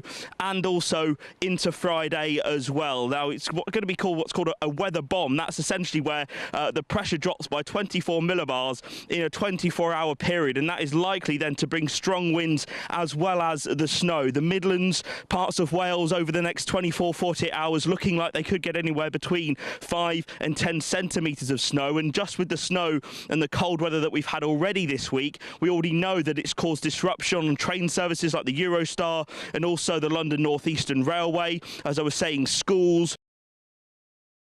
also had to declare, of course, you know, that had to declare a major incident there with the amount of snow and putting their gritters out on the roads. It's certainly better conditions down in here than it is in those northern parts of Scotland, but it is still causing disruption, as you can see, because this snow from yesterday hasn't gone, and it's then being re-frozen over. The slush that all the cars have turned up, now turning back into ice again. That's what's leading now to these dangerous conditions this morning. As I was saying, it's Storm Goretti. That's the reason why we're getting all of this bad weather. It is expected to still be bringing chaos into the likes of Thursday, into the likes of Friday, as that snow continues. 1,000 schools closed yesterday. If that snow is to return and to the levels that we're expecting, which is around 5 to 10 centimetres of snowfall over the next 48 hours, that could mean, again, like we had yesterday in England, where 1,000 schools had to close, we could be seeing similar conditions again towards the end of the week.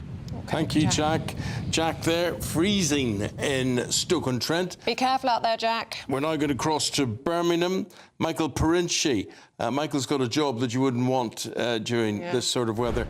Michael is a construction manager, which means, Michael, you're well into building. Are you doing any building at the minute, or are you being greatly hampered? Yes, we are. Unfortunately, the wet trades like plastering and bricklaying won't be able to operate, obviously. Also things like groundworks because of the condition of the frozen ground. So there's a few things that are of concern in terms of production, but we've got plenty of internal works to get on with. It's very cold out here. Although we've got rid of most of the snow, we've got things like the water pipes, temporary water pipes, you can see. We've got heaters for our internal works that you can see to make sure that everyone's nice and toasty inside. I have heard that it's so cold in places that Rachel Reeves has been seen with her hands in her own pockets, but we're not doing too badly. No, good man. That's the way to look at it, because there must be, when you talk about your hands in your pockets there, so you're saying a lot of the work that you have to do would be indoors now or internally, if you can get away with that? What we can. Yeah. Yes, we do what we can internally, and then when the temperatures rise a little bit, the other works will continue. But Michael, how's it going to affect business for you this week? Because we are set to have this cold snap until the weekend at the least, if you're not able to work outside. Well, we have to manage with what we can do, like I say, working on the internal works, but certain trades You have contractors like plasterers and bricklayers and ground workers that are very stuck. So it will affect trades like that quite significantly.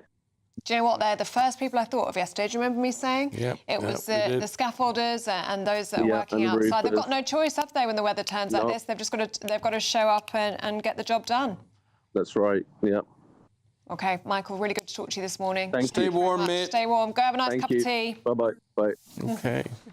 Count your lucky stars if you're working indoors. That's the main thing. Yeah. So let's find out just how long this is all going to last, or what's coming next. Ed McGivern with that. Expect warm spells with the odd rude interruption. Box Boilers sponsors the weather on GB News.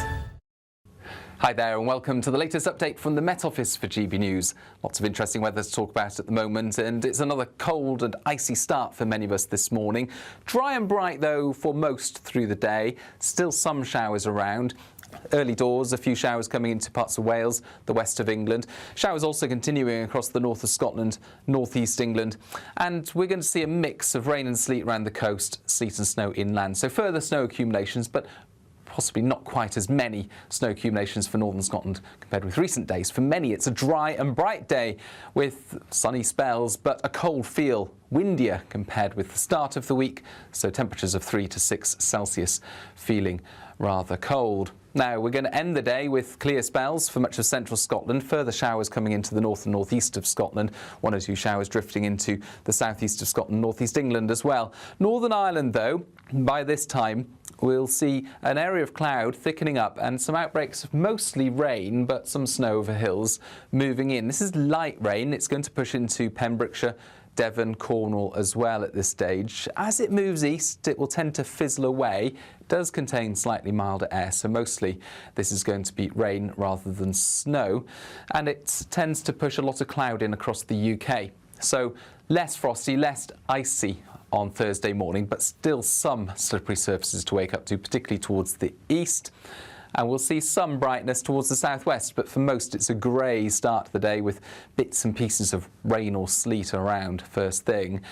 They tend to dry up and then brighter skies turn up in the east, whilst a next band of rain turns up in the southwest. Now this is Storm Goretti. This has been named by Météo France because of very strong winds expected over northern France. It will bring strong winds to the southwest, but it's also going to bring a risk of snow to Wales, the Midlands and East Anglia.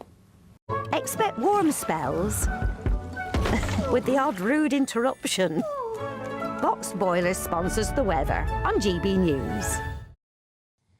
Okay, take that info, put it in your head or put it in your sat-nav, because here's what's happening on the roads. Good morning. This is the latest AI travel news from gbnews.com. On the A93, the road is closed at the Snowgate at Spittal of Glenshee because of adverse weather. In South Wales, the A48M westbound is crawling with congestion from junction 29 at Castleton through to junction 29A at St Mellons. In Surrey, the M25 clockwise has a broken down vehicle between junction 5 and junction 6, with 1 of 4 lanes closed, and traffic should ease after 9. And on the trains, Elena says do not travel between Edinburgh and Aberdeen, while Cross Country reports disruption on that route and between Doncaster and Sheffield. For more travel news, go to gbnews.com.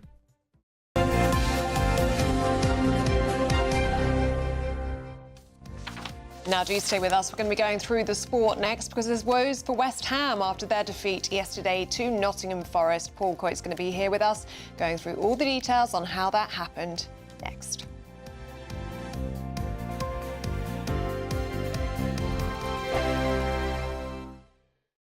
Westminster's full of talk, but out here, it's the real world. Am I allowed to talk No, now? that's it. This is where it matters, real people and real lives. That's what politics is all about. The fact that Trump made a good start, no. Straight answers, no spin, and just a couple of pints. How many fingers have I got up? About 10. So join me for Lee Anderson's Real World every Friday at 7 p.m, only on GB News.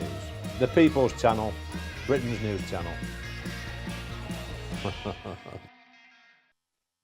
You want to know what's really going on in the corridors of power? Labour don't know what to do with you half the time, and that makes you quite lethal in the chamber. Get behind the headlines with Chopper's Political Podcast. Join me, Christopher Hope, as I sit down with the great and the good of British politics. We'll see where this ruling takes us. These are the stories shaping our nation. Chopper's Political Podcast, available now on all platforms. Listen in and stay ahead. Decisions made in Washington aren't just shaping America, they're shaping Britain too. From migration to global security, from crime to health. Whatever happens in the White House today will be felt in your town or city tomorrow. That's why The Late Show is live from Washington, D.C. Cutting through the politics to show you what it all means for Britain. The Late Show live every night at midnight. Only on GB News, Britain's news channel. Bowl. They are under no illusion. Ray. Are you a human trafficker? Boundless. I've had enough of the nonsense, and I'm not afraid to say it. Don't get this on the BBC. Every weeknight, I tear through the headlines. The smell of gasoline. Should we be worried about it? From Westminster madness to cultural war chaos. What I'm going to do now is they are throwing things up the car as we speak. Get ready, Britain. Here we go. Patrick Christie tonight, weeknights from 9 p.m, only on GB News, Britain's news channel. At GB News, we love to hear from you, our loyal community. So drop us a line at gbnews.com/yoursay. There you can talk to each other and also to the presenters live on air. gbnews.com/yoursay, because GB News is your channel, Britain's news channel. Join me, Nana Akweer, for an informative, interactive news programme with a difference. It's fun. No, he didn't say that, Dave. I'm so surprised. I think there's an element of truth to that. Join me from 3 p.m. every weekend, only on GB News, Britain's news channel. In the GB newsroom, we bring you the news as it happens. With our team of dedicated journalists across the UK, we're ready to keep you up to date with what's happening every half an hour, every single day. Bulletins here on GB News, the People's Channel, Britain's news channel.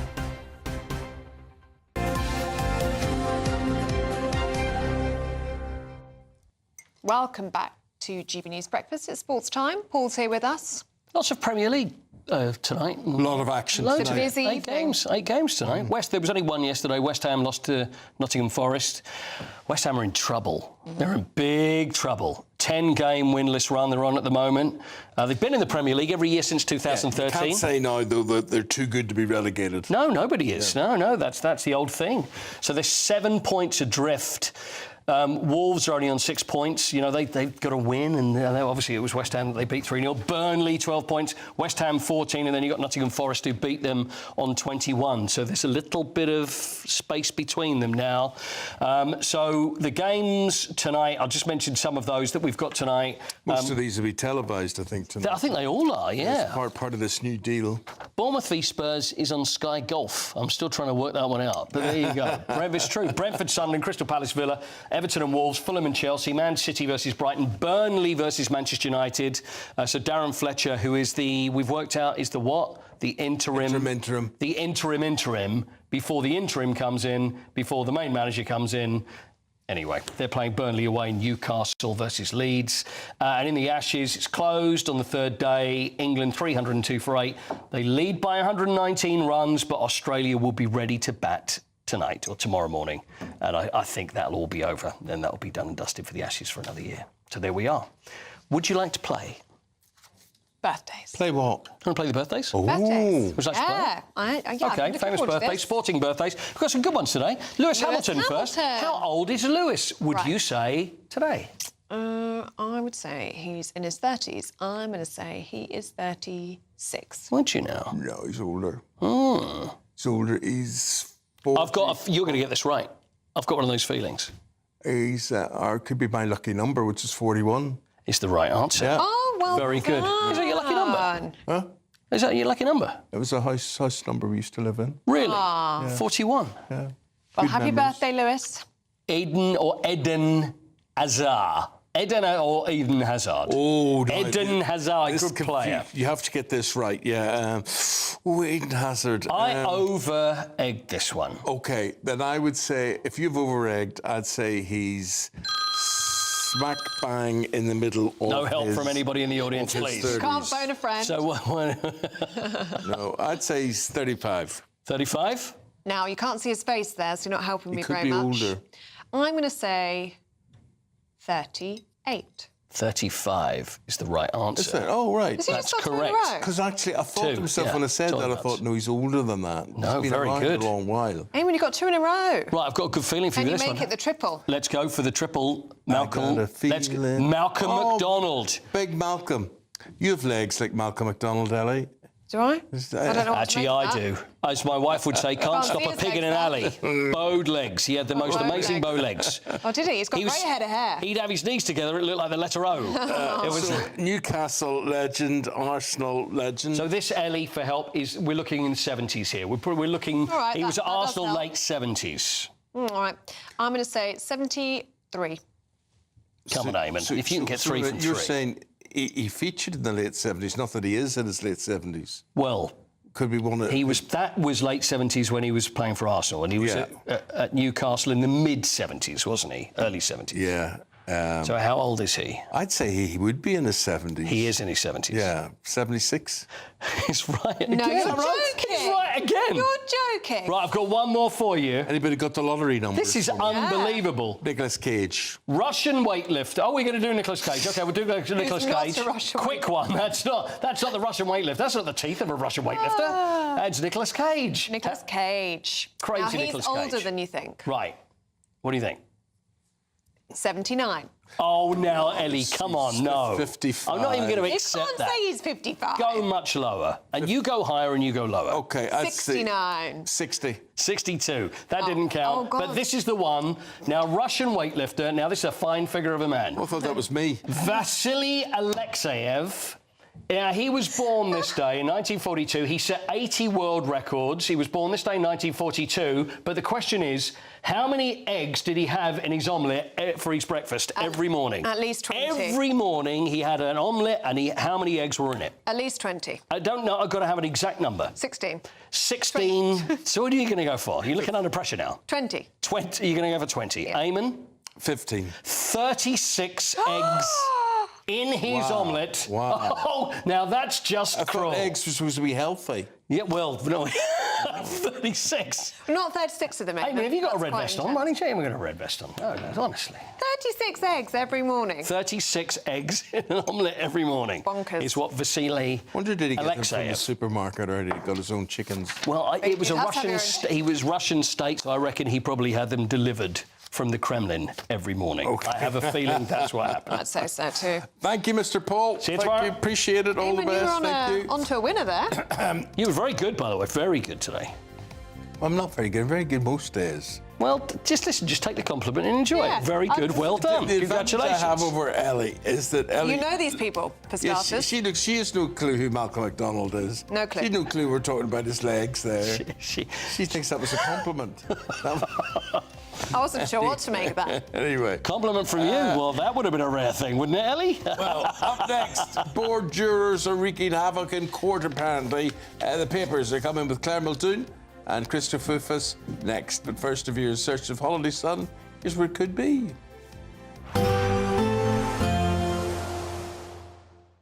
Ready to soak up that holiday sunshine?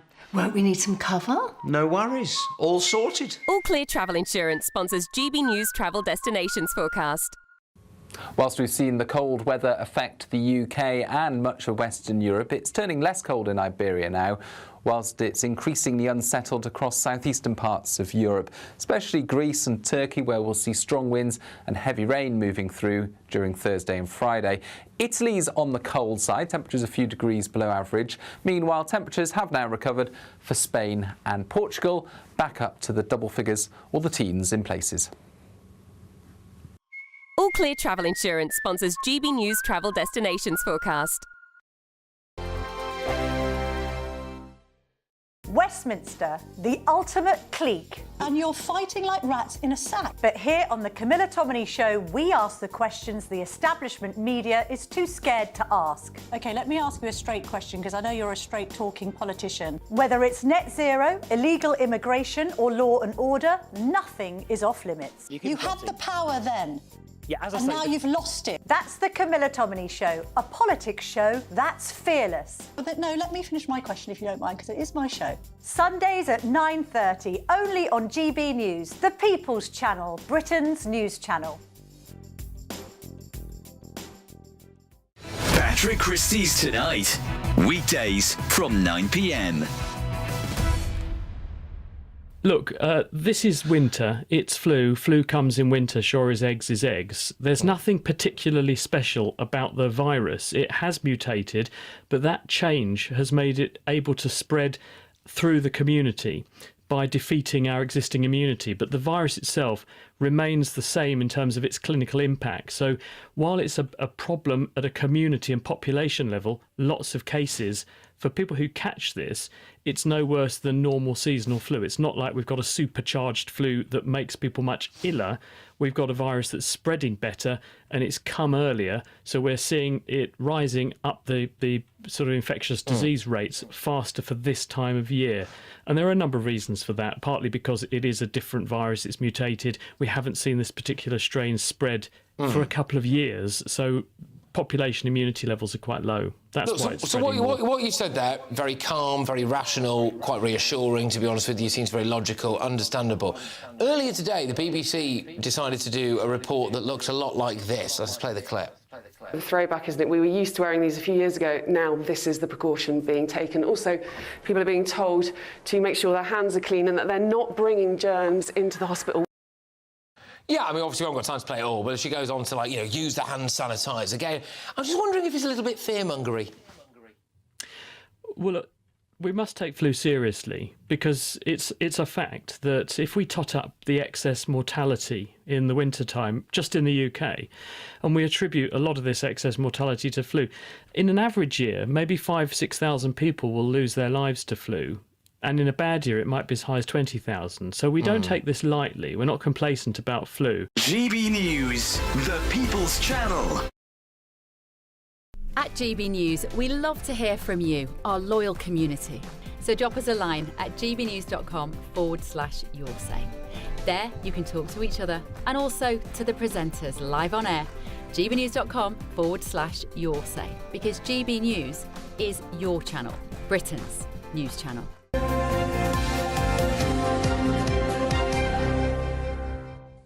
Claire Muldoon, Christopher, first start with the stories in the papers. And Christopher, you were keen to highlight the penalties that the government are thinking of imposing on drivers. Yeah, so we've spoken a lot about the potential tests for over 70s, the eye tests. But some of the other road safety, and I put it in inverted commas, plans that they're mooting is new drivers needing to take 3 to 6 months to learn to drive. So putting a mandatory gap in between your two tests, your theory and your practical, so that it stops younger drivers getting straight onto the road. Isn't that happening anyway? Well, I think it's happening by default because they're so behind. Can't get a test. Exactly. So now they're probably going to say, oh no, we're making it formal rather than we're being rubbish. I'm not sure what difference that I don't makes. think it'd I mean, make any you're either difference. good enough to drive, you're not good enough to drive. It doesn't matter putting 6 months between. What they should be doing is putting 6 months between the test and driving on a motorway. Because it's unrealistic, really, and I can't believe you can, at 17, 18, pass your test, But look, then have access to the you motorway. don't practice for a motorway. Well, I think you would have to practice driving formally and then get a driving instructor in with you to actually do it. Why is a motorway drive not part of the test and not a mandatory lesson that you have to have within your driving lessons? That's insane to me. Convicted drink drivers having alco locks. So this is someone who is potentially a breathalyzer installed in a vehicle to prevent a driver using it if they've consumed alcohol above a set They'll just limit. get someone else to blow in it, won't they? Well, they will, firstly, but secondly as well, what worries me about this sort of thing, also they're cracking down on motorist and child safety ones and all of this sort of stuff. This is all the slow march towards trying to restrict our use of vehicles. I really do believe that. Some things are common sense, but for instance, this breathalyzer thing, great, it'll start off being people convicted. How long will it take before we're all having to blow into a breathalyzer when we get into a car? Well, under the Human Rights Act as well, probably people will say, oh, it's not very equitable to have only me that's singled out because I've been done for drink driving. Everyone should be made to drink. Everyone should be doing it. Motor slip risks and child safety focus, because motorcyclists and children are the most likely to be hurt by vehicles. Well, great, but are we going to start teaching pedestrians the Green Cross Code again? Because I'm sorry, like phone zombies who are wandering into the street constantly or in their earphones. Yeah. You know, what we've done is we've stopped teaching people how to cross the road and teaching people to be aware of their surroundings, and we're saying, drivers, it's all on you. Everything is on you. And actually, people are fallible and make mistakes. So I worry that although this is good on paper, this is all part of trying to just shaft drivers even further. If it is because they want people off the road, then there needs to be viable alternatives in terms of public transport, which there just isn't. There isn't. And if you say take the trains, I mean, you spoke on Monday, I watched you, Eamonn, saying how difficult it is for someone who is with wheelchair, who needs access to get on a train in the first place. Yeah. You know, and it's... And for people like us who've got students, it's actually cheaper for them to fly from Newcastle to London than it is to take the train. Absolutely, 100%. And also that if you ever need to get together with family, every single bank holiday or occasion, they close all the train lines. Every single one. Bus replacement service. Yeah. So of course you've got to drive, and so it worries Smattering me. of snow because of the overlines. The Elizabeth line was down the other day, as were other things. It's just awful. This country could not run a bath. I'm sorry. If you look at the Eurostar or one of those trains, if you give them a dirty look, they stop running for 2 days. I mean, it's all of that sort of stuff. It's just a nightmare. A nightmare for pubs. I mean, I could see if you asked me, you know, would I be a landlord? I can't see me being remotely attracted to this, Claire. And Starmer will be trying to, you know, dress this up in some way that it's not. But tell us this story about... So this is in the Telegraph. It's also been picked up in the FT, and we've covered it in GB News before because we think that we should be saving pubs, not just rural pubs, but save your pub. And the bitter end, that's the lead here in the Telegraph, how Labour is killing off the rural pubs because their tax liability is set to double within a year.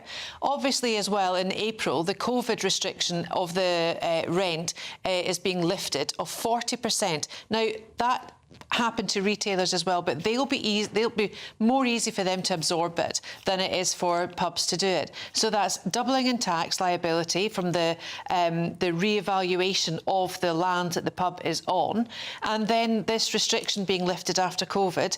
And licensing laws, Labour are now starting to say we're going to make it easier for you to stay open longer, have seats outside, and the reason there are times of pubs being able to close is because normally, if you are at a pub, then you've got, apart from rural, really isolated ones, you've got neighbours, and you have to, you know, be mindful of that. It's just an absolutely topsy-turvy thing. The Telegraph are running a Save Our Pubs campaign, and I think everyone really should get behind them. Well, it's not right, is it, that the government gets more on the cost of a pint than the landlord does? And it's so short-sighted, because not only is it the things that Claire's pointed out, but it's the national insurance rise, it's the minimum wage rise, and then they wonder why unemployment is at the highest level since COVID, because these are people's first jobs. Working in a pub, collecting glasses, going and working in the restaurant part of the pub is where younger people tend to work. And so I'm with you, Eamonn, in as much as I would not... Why would anyone in the world open a hospitality business today? Why on earth would you do that? It really is. Well, maybe our landlords should be the new farmers and march on Whitehall. Yeah. Well, might get a change like the farmers did. Another British institution as well that I can't help that they do everything they can. What they're going to do is shut the Queen Vic in EastEnders. Come on. I know, and it's a country that's famous for our pubs, and they're all under threat. Yeah. Well, it's whether that's the fault of the politicians or the fault of the civil servants. I think the civil servants often get off because they're implementing the policies. Yep. They're putting the policies forward. They're saying, here's a good idea, Rachel Reeves, and we know it's not a good idea. Right, what's next? Digital ID. Tell us about that. Now, this is in the FT today, and I just thought it was quite interesting that, of course, everyone has been up in arms about digital ID, saying, why do we need it? Is it just another way of controlling us? Is it another way of admin? Will it end up being used in a sinister way? So Keir Starmer has listened to all of that and decided, actually, digital ID needs a rebrand. So what they've done is they've got Labour MP Josh Simons, who's an acting Cabinet Office Minister. He's going to be promoted to Minister for Digital Reform to start trying to sell digital ID to us by telling us, look, it's going to reform public services. Your public services are going to be transformed, welfare payments, all of these things, if we have this digital ID. But this is part of the problem, isn't it? The reason why we need digital ID, it keeps changing. Keeps changing. Yes. Yeah, makes us safer. It'll stop the migrants. It'll stop everything. Everyone needs digital ID. Digitising ID babies that have just been born. Come on, tell us what it is. It's track and trace. Now it's public services. If digital ID means somebody scanning my eyeball or my fingerprint or whatever, I'm all for it. I have at the moment letters coming to me from the NHS, and how they come to you is they come on your telephone. Yes. And that's fine, right? So you go on your telephone, there's a letter for you, and you go on the telephone. And then it says sign in. And you sign, somebody must sign in. Right. So then you put in a name or something, and then you've got to come up with a password. And the password has to have, 4 letters, 7 digits, an exclamation mark, and whatever. Never remember it. Absolutely never. Complete waste of time. And this is all part of their theory about we'll speed things up and we'll make it all more accessible. Quite the reverse. So they solve a problem they themselves created. The other thing, I know this is a slight aside, but I'm sick to death of the NHS texting me for feedback. No, I'm not going to recommend this accident and emergency service to a friend. I like my friends. You know what I mean? Yes, you'd love that A&E. You should try and have an accident and head there. Ridiculous. So, Claire, how are board jurors wreaking havoc? This is, it's understandable because Netflix themselves have got a prescription now for movie producers and writers, screenwriters, to make sure that every single scene we're not turned off or turned onto our phones for, right? What's happening now is jurors are falling asleep. They're being in contempt of court. They're not, some of them are getting on the wrong trains to go for their cases and stuff like that. People are just so distracted by their phones, by technology, that it's now affecting the courts. Now, I don't know if this is a backstory or some research done by a think tank because of Starmer and David Lammy coming out and saying we want juror-less trials, right? Perhaps that is the case.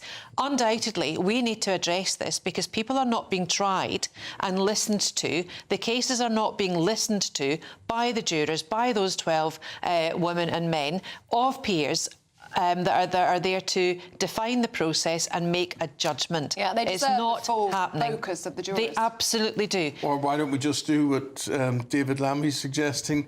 Get a judge to make the ruling. Well, this is what I just said. I wondered if this is part of the research for it. And I think that it's a very dangerous route to go down, just having the judges or the DJs or whatever to make the judgment, because I've served in juries. I've had 2 spells of jury service, and it is an absolute eye-opener in terms of what people are presented with, what the cases actually are, and as a juror, how you come about your actual conclusion and decision about guilty or not guilty. Yeah. Everyone I was found guilty. Okay, I bet you love that. But I think there's 2 things here. Firstly, we are all so screen addicted and dopamine and wanting that instant hit of something quick, something that is more engrossing or something that requires your attention is more difficult. But secondly, I think that the court system has to also, people are saying, look, it's really difficult for juries to follow complicated trials. Well, fine, make the trials less complicated, because because if a jury, the normal person in the street should be able to follow along a trial. And if it's too complicated that they can't, well, then fine, you need to simplify it while still getting... convoluted. Absolutely, and that's maybe is also why they're glazing over. And so maybe then that needs to be the change rather than throwing the baby out with the bathwater and getting rid of juries. Right, Crystal, we'll leave it there before we all glaze over. Thank you very much indeed, Crystal Poufas and Claire Muldoon. Thank you very much Thank indeed. you. As always, want to know what you think? gbnews.com/yoursay. Let us know what you think on any of those stories. Let's get a check on the weather now, because it's another cold day. Here's Aidan.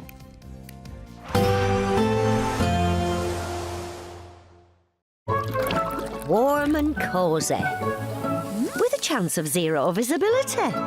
Boxed Boiler sponsors the weather on GB News. Hi there and welcome to the latest update from the Met Office for GB News. Lots of interesting weather to talk about at the moment, and it's another cold and icy start for many of us this morning. Dry and bright though for most through the day, still some showers around. Early doors, a few showers coming into parts of Wales, the west of England. Showers also continuing across the north of Scotland, northeast England.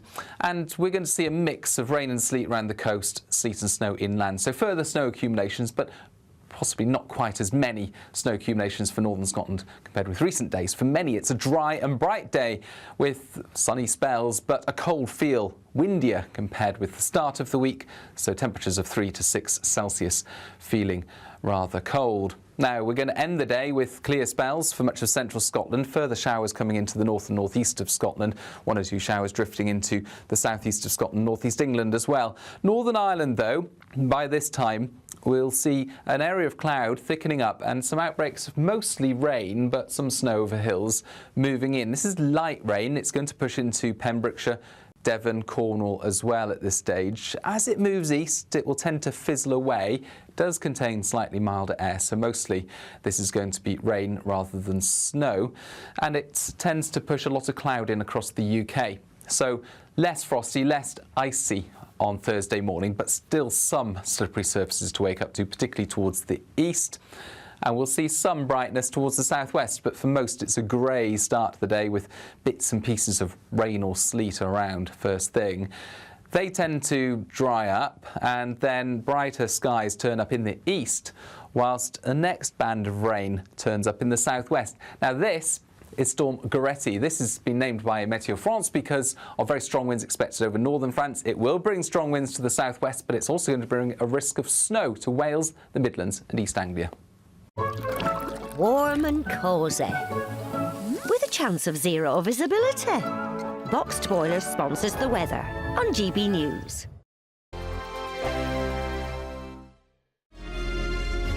Thank you, Britain, for helping us reach 10 million followers across our social media platforms.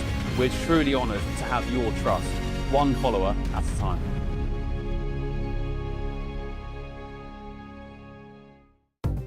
Good morning. This is the latest AI travel news from gbnews.com. The A93 is closed at the Snowgate at Spittal of Glenshie due to adverse weather.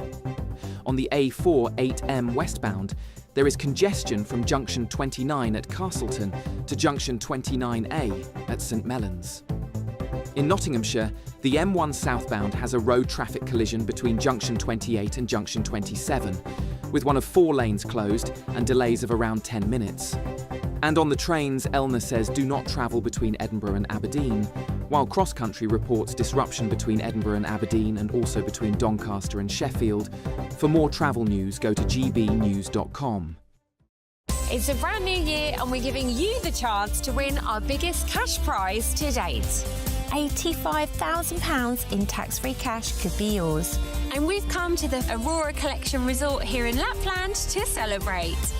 An incredible £85,000 in tax-free cash could be yours. For another chance to win £85,000 cash, text cash to 63225. One entry costs £2.50 plus 1 standard network rate message. Or text bonus to 63225. 5 entries cost £5 plus 1 standard network rate message. Go to gbnews.com/win. Entries start at £2.50. Call 0903 686 3232. Calls cost £2.50 plus your network access charge. Or post your name and number to GB18 PO Box 8690 Derby DE1 9TT. UK only. Entrance must be 18 or over. Lines close at 4 p.m. on the 30th of January. Please check the closing time if listening or watching on demand. Good luck. Westminster's full of talk, but out here, it's the real world. Am I allowed to talk now? No, that's it. This is where it matters. Real people and real lives. That's what politics is all about. In fact, has Trump made a good start? No. Straight answers, no spin, and just a couple of pints. How many fingers have I got up? About 10. So join me for Lee Anderson's Real World every Friday at 7 p.m. only on GB News. The People's Channel, Britain's news channel. You want to know what's really going on in the corridors of power? Labour don't know what to do with you half the time, and that makes you quite lethal in the chamber. Get behind the headlines with Chopper's Political Podcast. Join me, Christopher Hope, as I sit down with the great and the good of British politics. We'll see where this ruling takes us. These are the stories shaping our nation. Chopper's Political Podcast, available now on all platforms. Listen in and stay ahead.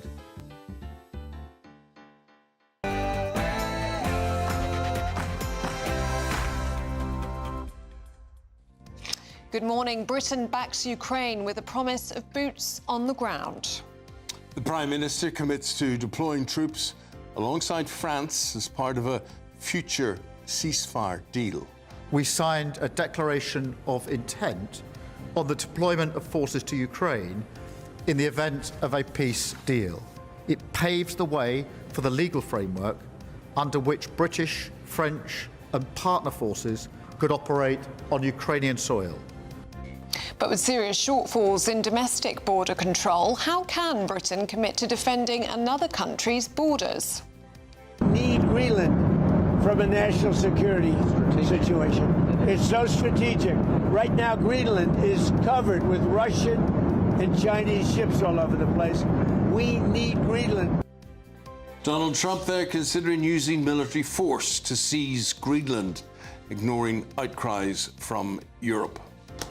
Yes, Donald Trump hasn't ruled out using military force to take control of Greenland. Could that be the beginning of the end of the NATO alliance? Find out more with me very soon. Another blow to pubs as Labour's road safety strategy paves the way for lower drink driving limits. Snow right across the country. The Met Office forecasts a blanket of it as schools and businesses face disruptions. That yellow weather warning for ice stays in place until a little bit later this morning as the Met Office issue further yellow weather warnings for snow into Thursday and Friday. We're here in Stoke and I'll have all the details. It's another cold and icy start out there, with further snow to come for some during the next few days. Full details coming up in the forecast very soon. Hello there, very good morning to you. Thanks for your company. I'm Eamonn Holmes. I'm Ellie Costello and this is GB News Breakfast.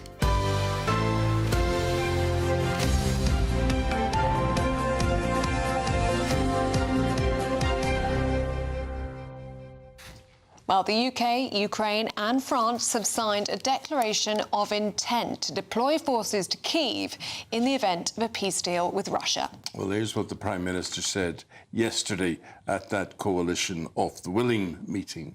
Alongside President Zelensky and President Macron, we went even further today. We signed a declaration of intent on the deployment of forces to Ukraine in the event of a peace deal. Following a ceasefire, the UK and France will establish military hubs across Ukraine and build protected facilities for weapons and military equipment to support Ukraine's defensive needs. But just hours later, President Trump threatened to use military force to take over Greenland, claiming the move was necessary to ensure national security. Well, joining us now, our political commentator Olivia Utley on this one. Olivia. Yes, well, it should have been a very easy day for Keir Starmer. It's his first Prime Minister's question since before Christmas, and he should have been celebrating the fact that he and Emmanuel Macron have agreed this deal to put troops on the ground in Ukraine in the event of a peace deal. But it's all been rather overshadowed by Donald Trump's latest announcement.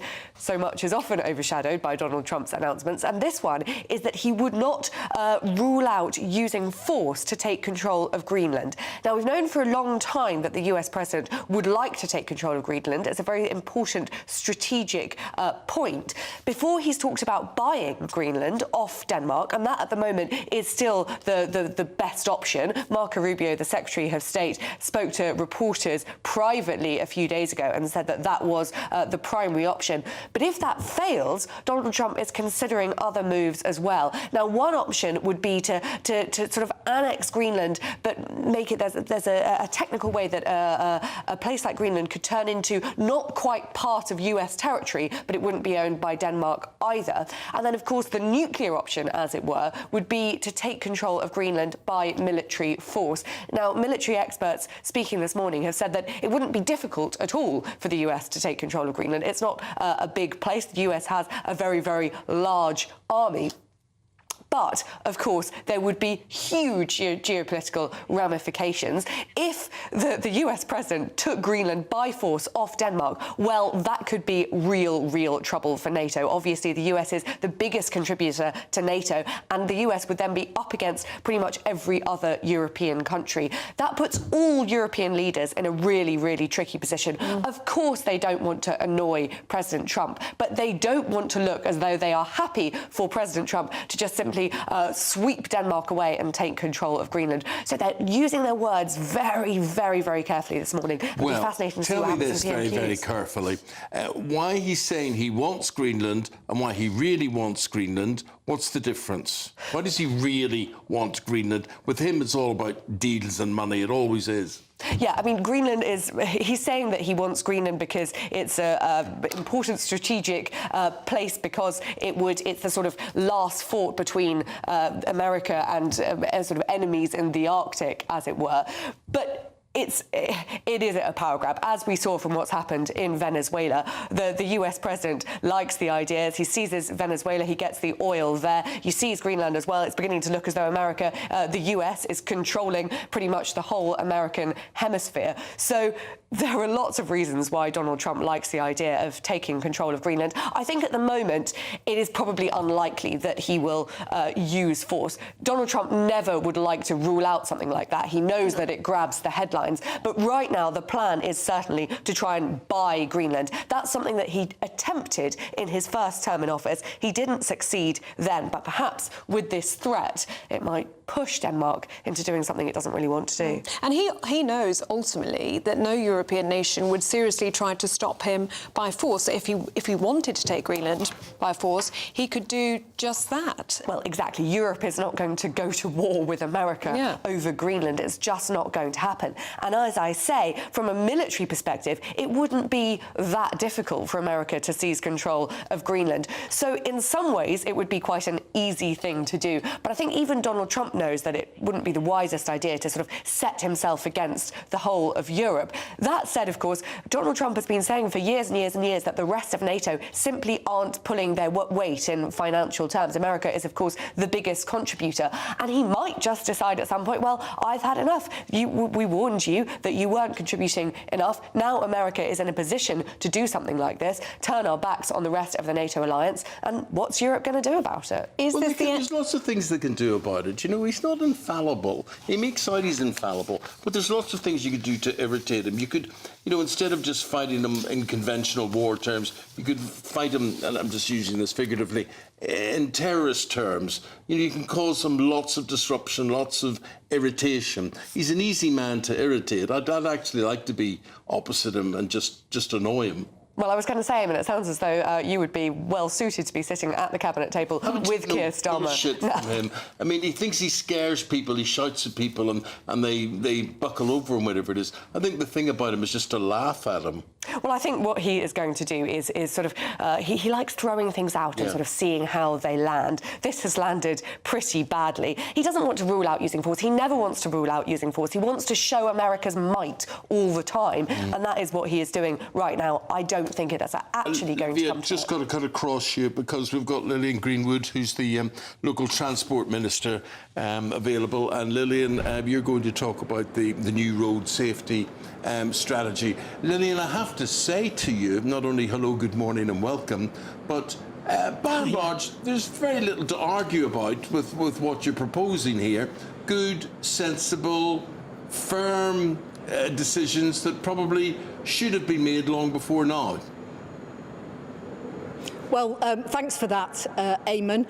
We believe there are 4 people, roughly, every single day who are killed on Great Britain's roads. That number has kind of pretty much stalled for the last 10 to 15 years, and yet we know that many road traffic collisions are preventable, and we think it's unacceptable that those number of people are killed on our roads, and we need tough action. So we're setting targets for a 65% reduction in the number of those killed and seriously injured on our roads by 2035, and an even higher target of 70% for children. And in order to do that, we're setting out a wide range of measures that tackle the things that we know cause risk on our roads. People who can't see properly, young drivers who are inexperienced, people who break the law by driving after they've had a drink or taken drugs. There was one of the things, this is a sensible set of measures. You talk about inexperience there.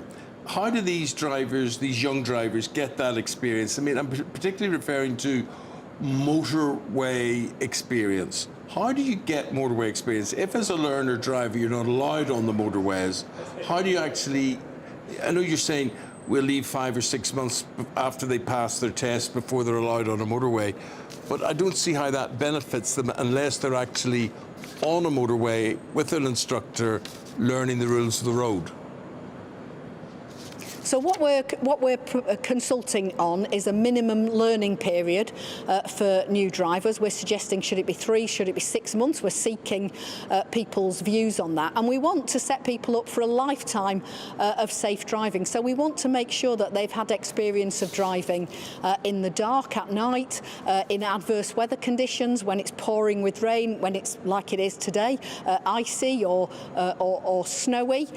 We think we're consulting on what should be the syllabus. Obviously, we want people to have experience of driving on those fast roads as part of their learning to drive experience. The rules changed not some time ago so that people can have lessons on a motorway, and obviously I would often advise that people have lessons after they've passed their test to strengthen their driving.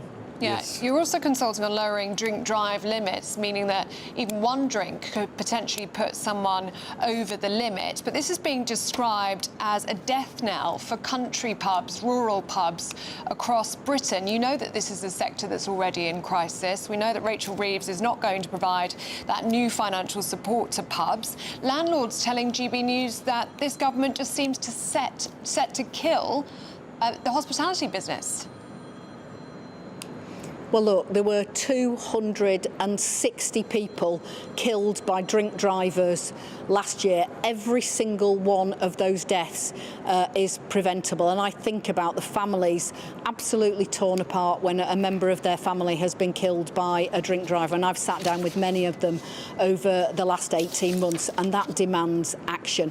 We are out of step in England and Wales. The drink drive limit that we have was set in 1967. It hasn't changed since then. Whilst in Scotland it was reduced in 2014 to 50 milligrams per 100 ml of blood. That's the level it is everywhere across Europe, I think with the exception of Malta. That's why we're proposing to take this action. Look, nobody wants to stop people from going out to the pub. I enjoy going out to the pub, but what we are saying to people is if you're going out for a drink, leave the car at home.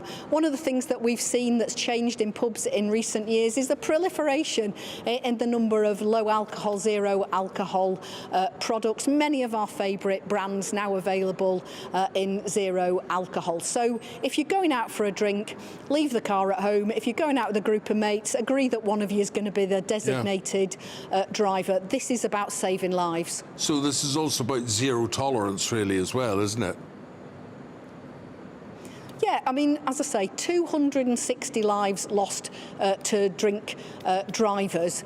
We know that every single one of those deaths is preventable. Don't get behind the wheel of a vehicle when you've been drinking. It's not. We're not setting the limit at zero. You can still go out and eat a tiramisu that's had a bit of booze in it, but don't go out drinking and then driving.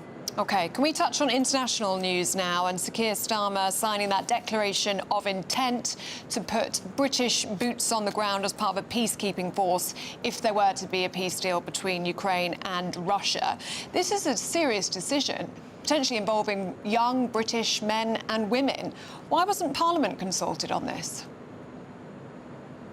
Well, look, I'm sure that we will want to debate this in Parliament, but the starting point for this is we need an end to the fighting, and that lies squarely with Putin. He started this illegal war, and he has the power to finish it. We, as a country, have stood with Ukraine throughout this conflict, and we'll continue to do so. Parliament's debated this many times, and there's cross-party agreement about the need to support the Ukrainian people, and that's what I'm absolutely clear we intend to do. I'm really proud of the role that our Prime Minister and our country has played in supporting the Ukrainian people, but the next steps sit firmly with Putin, as they always have done. But with serious shortfalls in our domestic border control, how can Britain commit to patrolling another country's borders? Look, what we're talking about is supporting the Ukrainians so that a Russian invasion of this type could never happen again. It's why we've had to make some really difficult choices in order to invest more in our defence. And of course, this is in our national self-interest as well. We saw the impact it had here in the UK when Russia invaded Ukraine, and it pushed up all our energy bills. It makes the whole of Europe less safe and less secure. That's why we support Ukraine. We are determined to continue supporting them and to stand firm in the face of Russian aggression. And that's why we've been playing a leading role in this coalition of the willing. But the first step is an end to the fighting. And Vladimir Putin is the one who can deliver that, and he should. What's the government's response to President Trump not ruling out taking Greenland by force? Does the government believe that the NATO alliance is now under threat? Well, look, President Trump is given to making these sorts of statements. We've seen it in his past presidency. We've seen it in this one. We could not be clearer. The future of Greenland is a matter for Greenlanders and for the Danes. They are our European allies. They are our NATO allies. This is a matter for them, not for the United States. OK. Lillian Greenwood, thank you very much for joining us on GB News Breakfast this morning. Thank you. Not from Gillian, but apparently there was may have been some bad language. It's like being 15 again, you know, being told off. Not sure what the bad language was, but no one meant to cause any offence. And if it was me, I certainly didn't mean to cause any offence. Yeah, we do apologise. So if you're locked up in a room now, shivering away, having heard bad language, or your child should have been at school and wasn't, and watching it and was offended, well, so humbly sorry. The Great British Giveaway now. I hope this wakens you up and gives you some joy in your life. Not bad language at all. The greatest language you could have to be a winner. Hello from the Aurora Collection Resort here in Lapland. We're on an amazing Arctic adventure to celebrate our greatest cash giveaway, a simply stunning £85,000. And in 2026, we're giving you the chance to win it all. With an extra £85,000 in your bank, you'll be able to indulge in luxury, do those things you've only ever dreamed about. Even tick a few experiences off the bucket list. One lucky viewer is guaranteed to win £85,000 in tax-free cash. But you've got to be in it to win it. For another chance to win £85,000 cash, text cash to 63225. One entry costs £2.50 plus one standard network rate message. Or text bonus to 63225. 5 entries cost £5 plus one standard network rate message. Go to gbnews.com/win. Entries start at £2.50. Call 0903 686 3232. Calls cost £2.50 plus your network access charge. Or post your name and number to GB18 PO Box 8690 Derby DE1 9TT. UK only. Entrance must be 18 or over. Lines close at 4 p.m. on the 30th of January. The winner may be contacted live on GB News, week commencing the 9th of February 2026. Please check the closing time if listening or watching on demand. Good luck.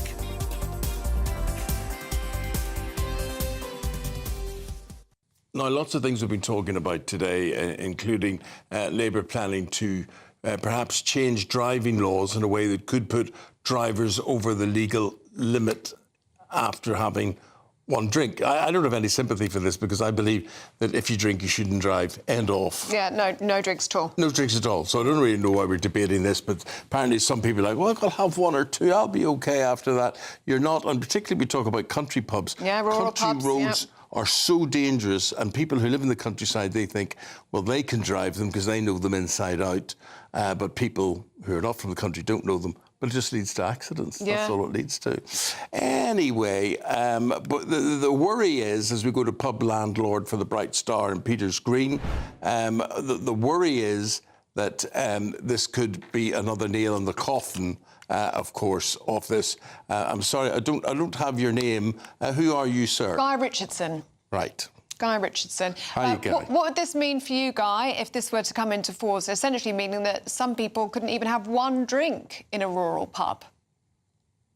I think I tend to agree with you guys. I've got a similar sort of stance on drink driving. I think a zero tolerance I think it's not a bad thing, if I'm perfectly honest. My comment really is it's just another scaremongering tactic that the government's just trying to sort of introduce to stop people coming out altogether.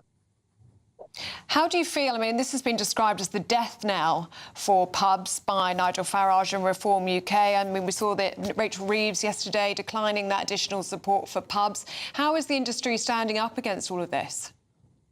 Well, I think the term the death knell is not probably right in this instance. That's been sounding for quite some time now. Excuse me. In general, the effects that sort of with the duties, the VATs, the whole package that this and previous governments put together, I think they've collectively just built up the emphasis of getting rid of pubs altogether. If I'm perfectly honest with you. But I know that may be the effect, but what would the reasoning be for getting rid of pubs altogether? I mean, I can see where you're coming from. To make money out of running a pub must be very, very, very difficult. It's difficult to the point it's becoming pretty much impossible now. I mean, I'm a free house, and so therefore my buying power, want of a better word for it, is a little bit better than people that are tied into pubs. We've got 3 pubs, fairly large pubs, fairly close to us in the villages. The next one closes on the 18th of January. And they're relatively successful businesses in terms of income. It's hard to make any sort of money at all in pubs. It's very, very, very, very easy to lose a lot of money in pubs. That's for sure. Yeah. Guy, it can't be right, can it, that the government gets more from the cost of a pint than the landlord does? We've been discussing here in the studio this morning. Do you think that landlords need to be the new farmers? Do they need to protest in Whitehall about all of this, get their voices heard? I would love to think that the pubs could, and the landlords and landladies could be the new farmers, for sure. I think it's probably more effective if absolutely everybody that's affected starts sort of raising a voice. Not just pubs, not just hospitality. You've got retail, high street. That whole so many people are getting so impacted by these bizarre decisions. Almost, it seems like sort of these goons in the goonery just seem to come up with a different one every single time. Well, all I can say, Guy, is good luck to you in trying to earn a living, and thanks for briefly talking to us today. Appreciate it. Thanks, You're Guy. very welcome. Thank you. Thank you very much indeed. Now, Britain's Newsroom coming up at 9:30. Andrew Pearce and Miriam Cates are here to tell us all about it. Morning, you two. Morning. Good morning. Well, there's a Nigel Farage press conference later, which is always an event. We'll be there, of course, live. They never tell us what it's about, but we think Labour say they will lift the cap on fuel duty rising, which has been in place for a long time, in September, and Reform are going to oppose that. But of course we'll get him on all sorts of other issues too. Absolutely, and lots more, of course, on all the foreign policy news. Will there be British boots on the ground in Ukraine? What's going on in Greenland and Venezuela? There's certainly a lot of news, and we're hoping to get Andrew's eyes tested to see if he's allowed to still drive. We're searching for an optician. That would be good. I'm not 70 yet. And I want you to know. Some years away, but still, just in case. You should get your hearing tested when you're there. Exactly. Get it They'll say it's normal for a man your age. And you all go, that after your weather. Expect warm spells with the odd rude interruption. Box Boilers sponsors the weather on GB News. Hi there and welcome to the latest update from the Met Office for GB News. Lots of interesting weather to talk about at the moment, and it's another cold and icy start for many of us this morning. Dry and bright though for most through the day. Still some showers around. Early doors, a few showers coming into parts of Wales, the west of England. Showers also continuing across the north of Scotland, northeast England. And we're going to see a mix of rain and sleet around the coast, sleet and snow inland. So further snow accumulations, but possibly not quite as many snow accumulations for northern Scotland compared with recent days. For many, it's a dry and bright day with sunny spells, but a cold feel, windier compared with the start of the week. So temperatures of 3 to 6 Celsius, feeling rather cold. Now, we're going to end the day with clear spells for much of central Scotland, further showers coming into the north and northeast of Scotland, 1 or 2 showers drifting into the southeast of Scotland, northeast England as well. Northern Ireland, though, by this time, we'll see an area of cloud thickening up and some outbreaks of mostly rain, but some snow over hills moving in. This is light rain. It's going to push into Pembrokeshire, Devon, Cornwall as well at this stage. As it moves east, it will tend to fizzle away. It does contain slightly milder air, so mostly this is going to be rain rather than snow. And it tends to push a lot of cloud in across the UK. So less frosty, less icy on Thursday morning, but still some slippery surfaces to wake up to, particularly towards the east. And we'll see some brightness towards the southwest, but for most it's a grey start to the day with bits and pieces of rain or sleet around first thing. They tend to dry up and then brighter skies turn up in the east, whilst the next band of rain turns up in the southwest. Now this is Storm Goretti. This has been named by Météo France because of very strong winds expected over northern France. It will bring strong winds to the southwest, but it's also going to bring a risk of snow to Wales, the Midlands and East Anglia. Expect warm spells with the odd rude interruption. Box Boilers sponsors the weather on GB News.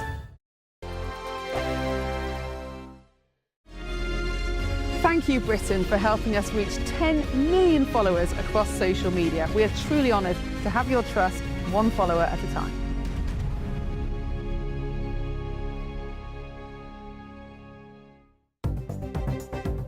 Good morning, this is the latest AI travel news.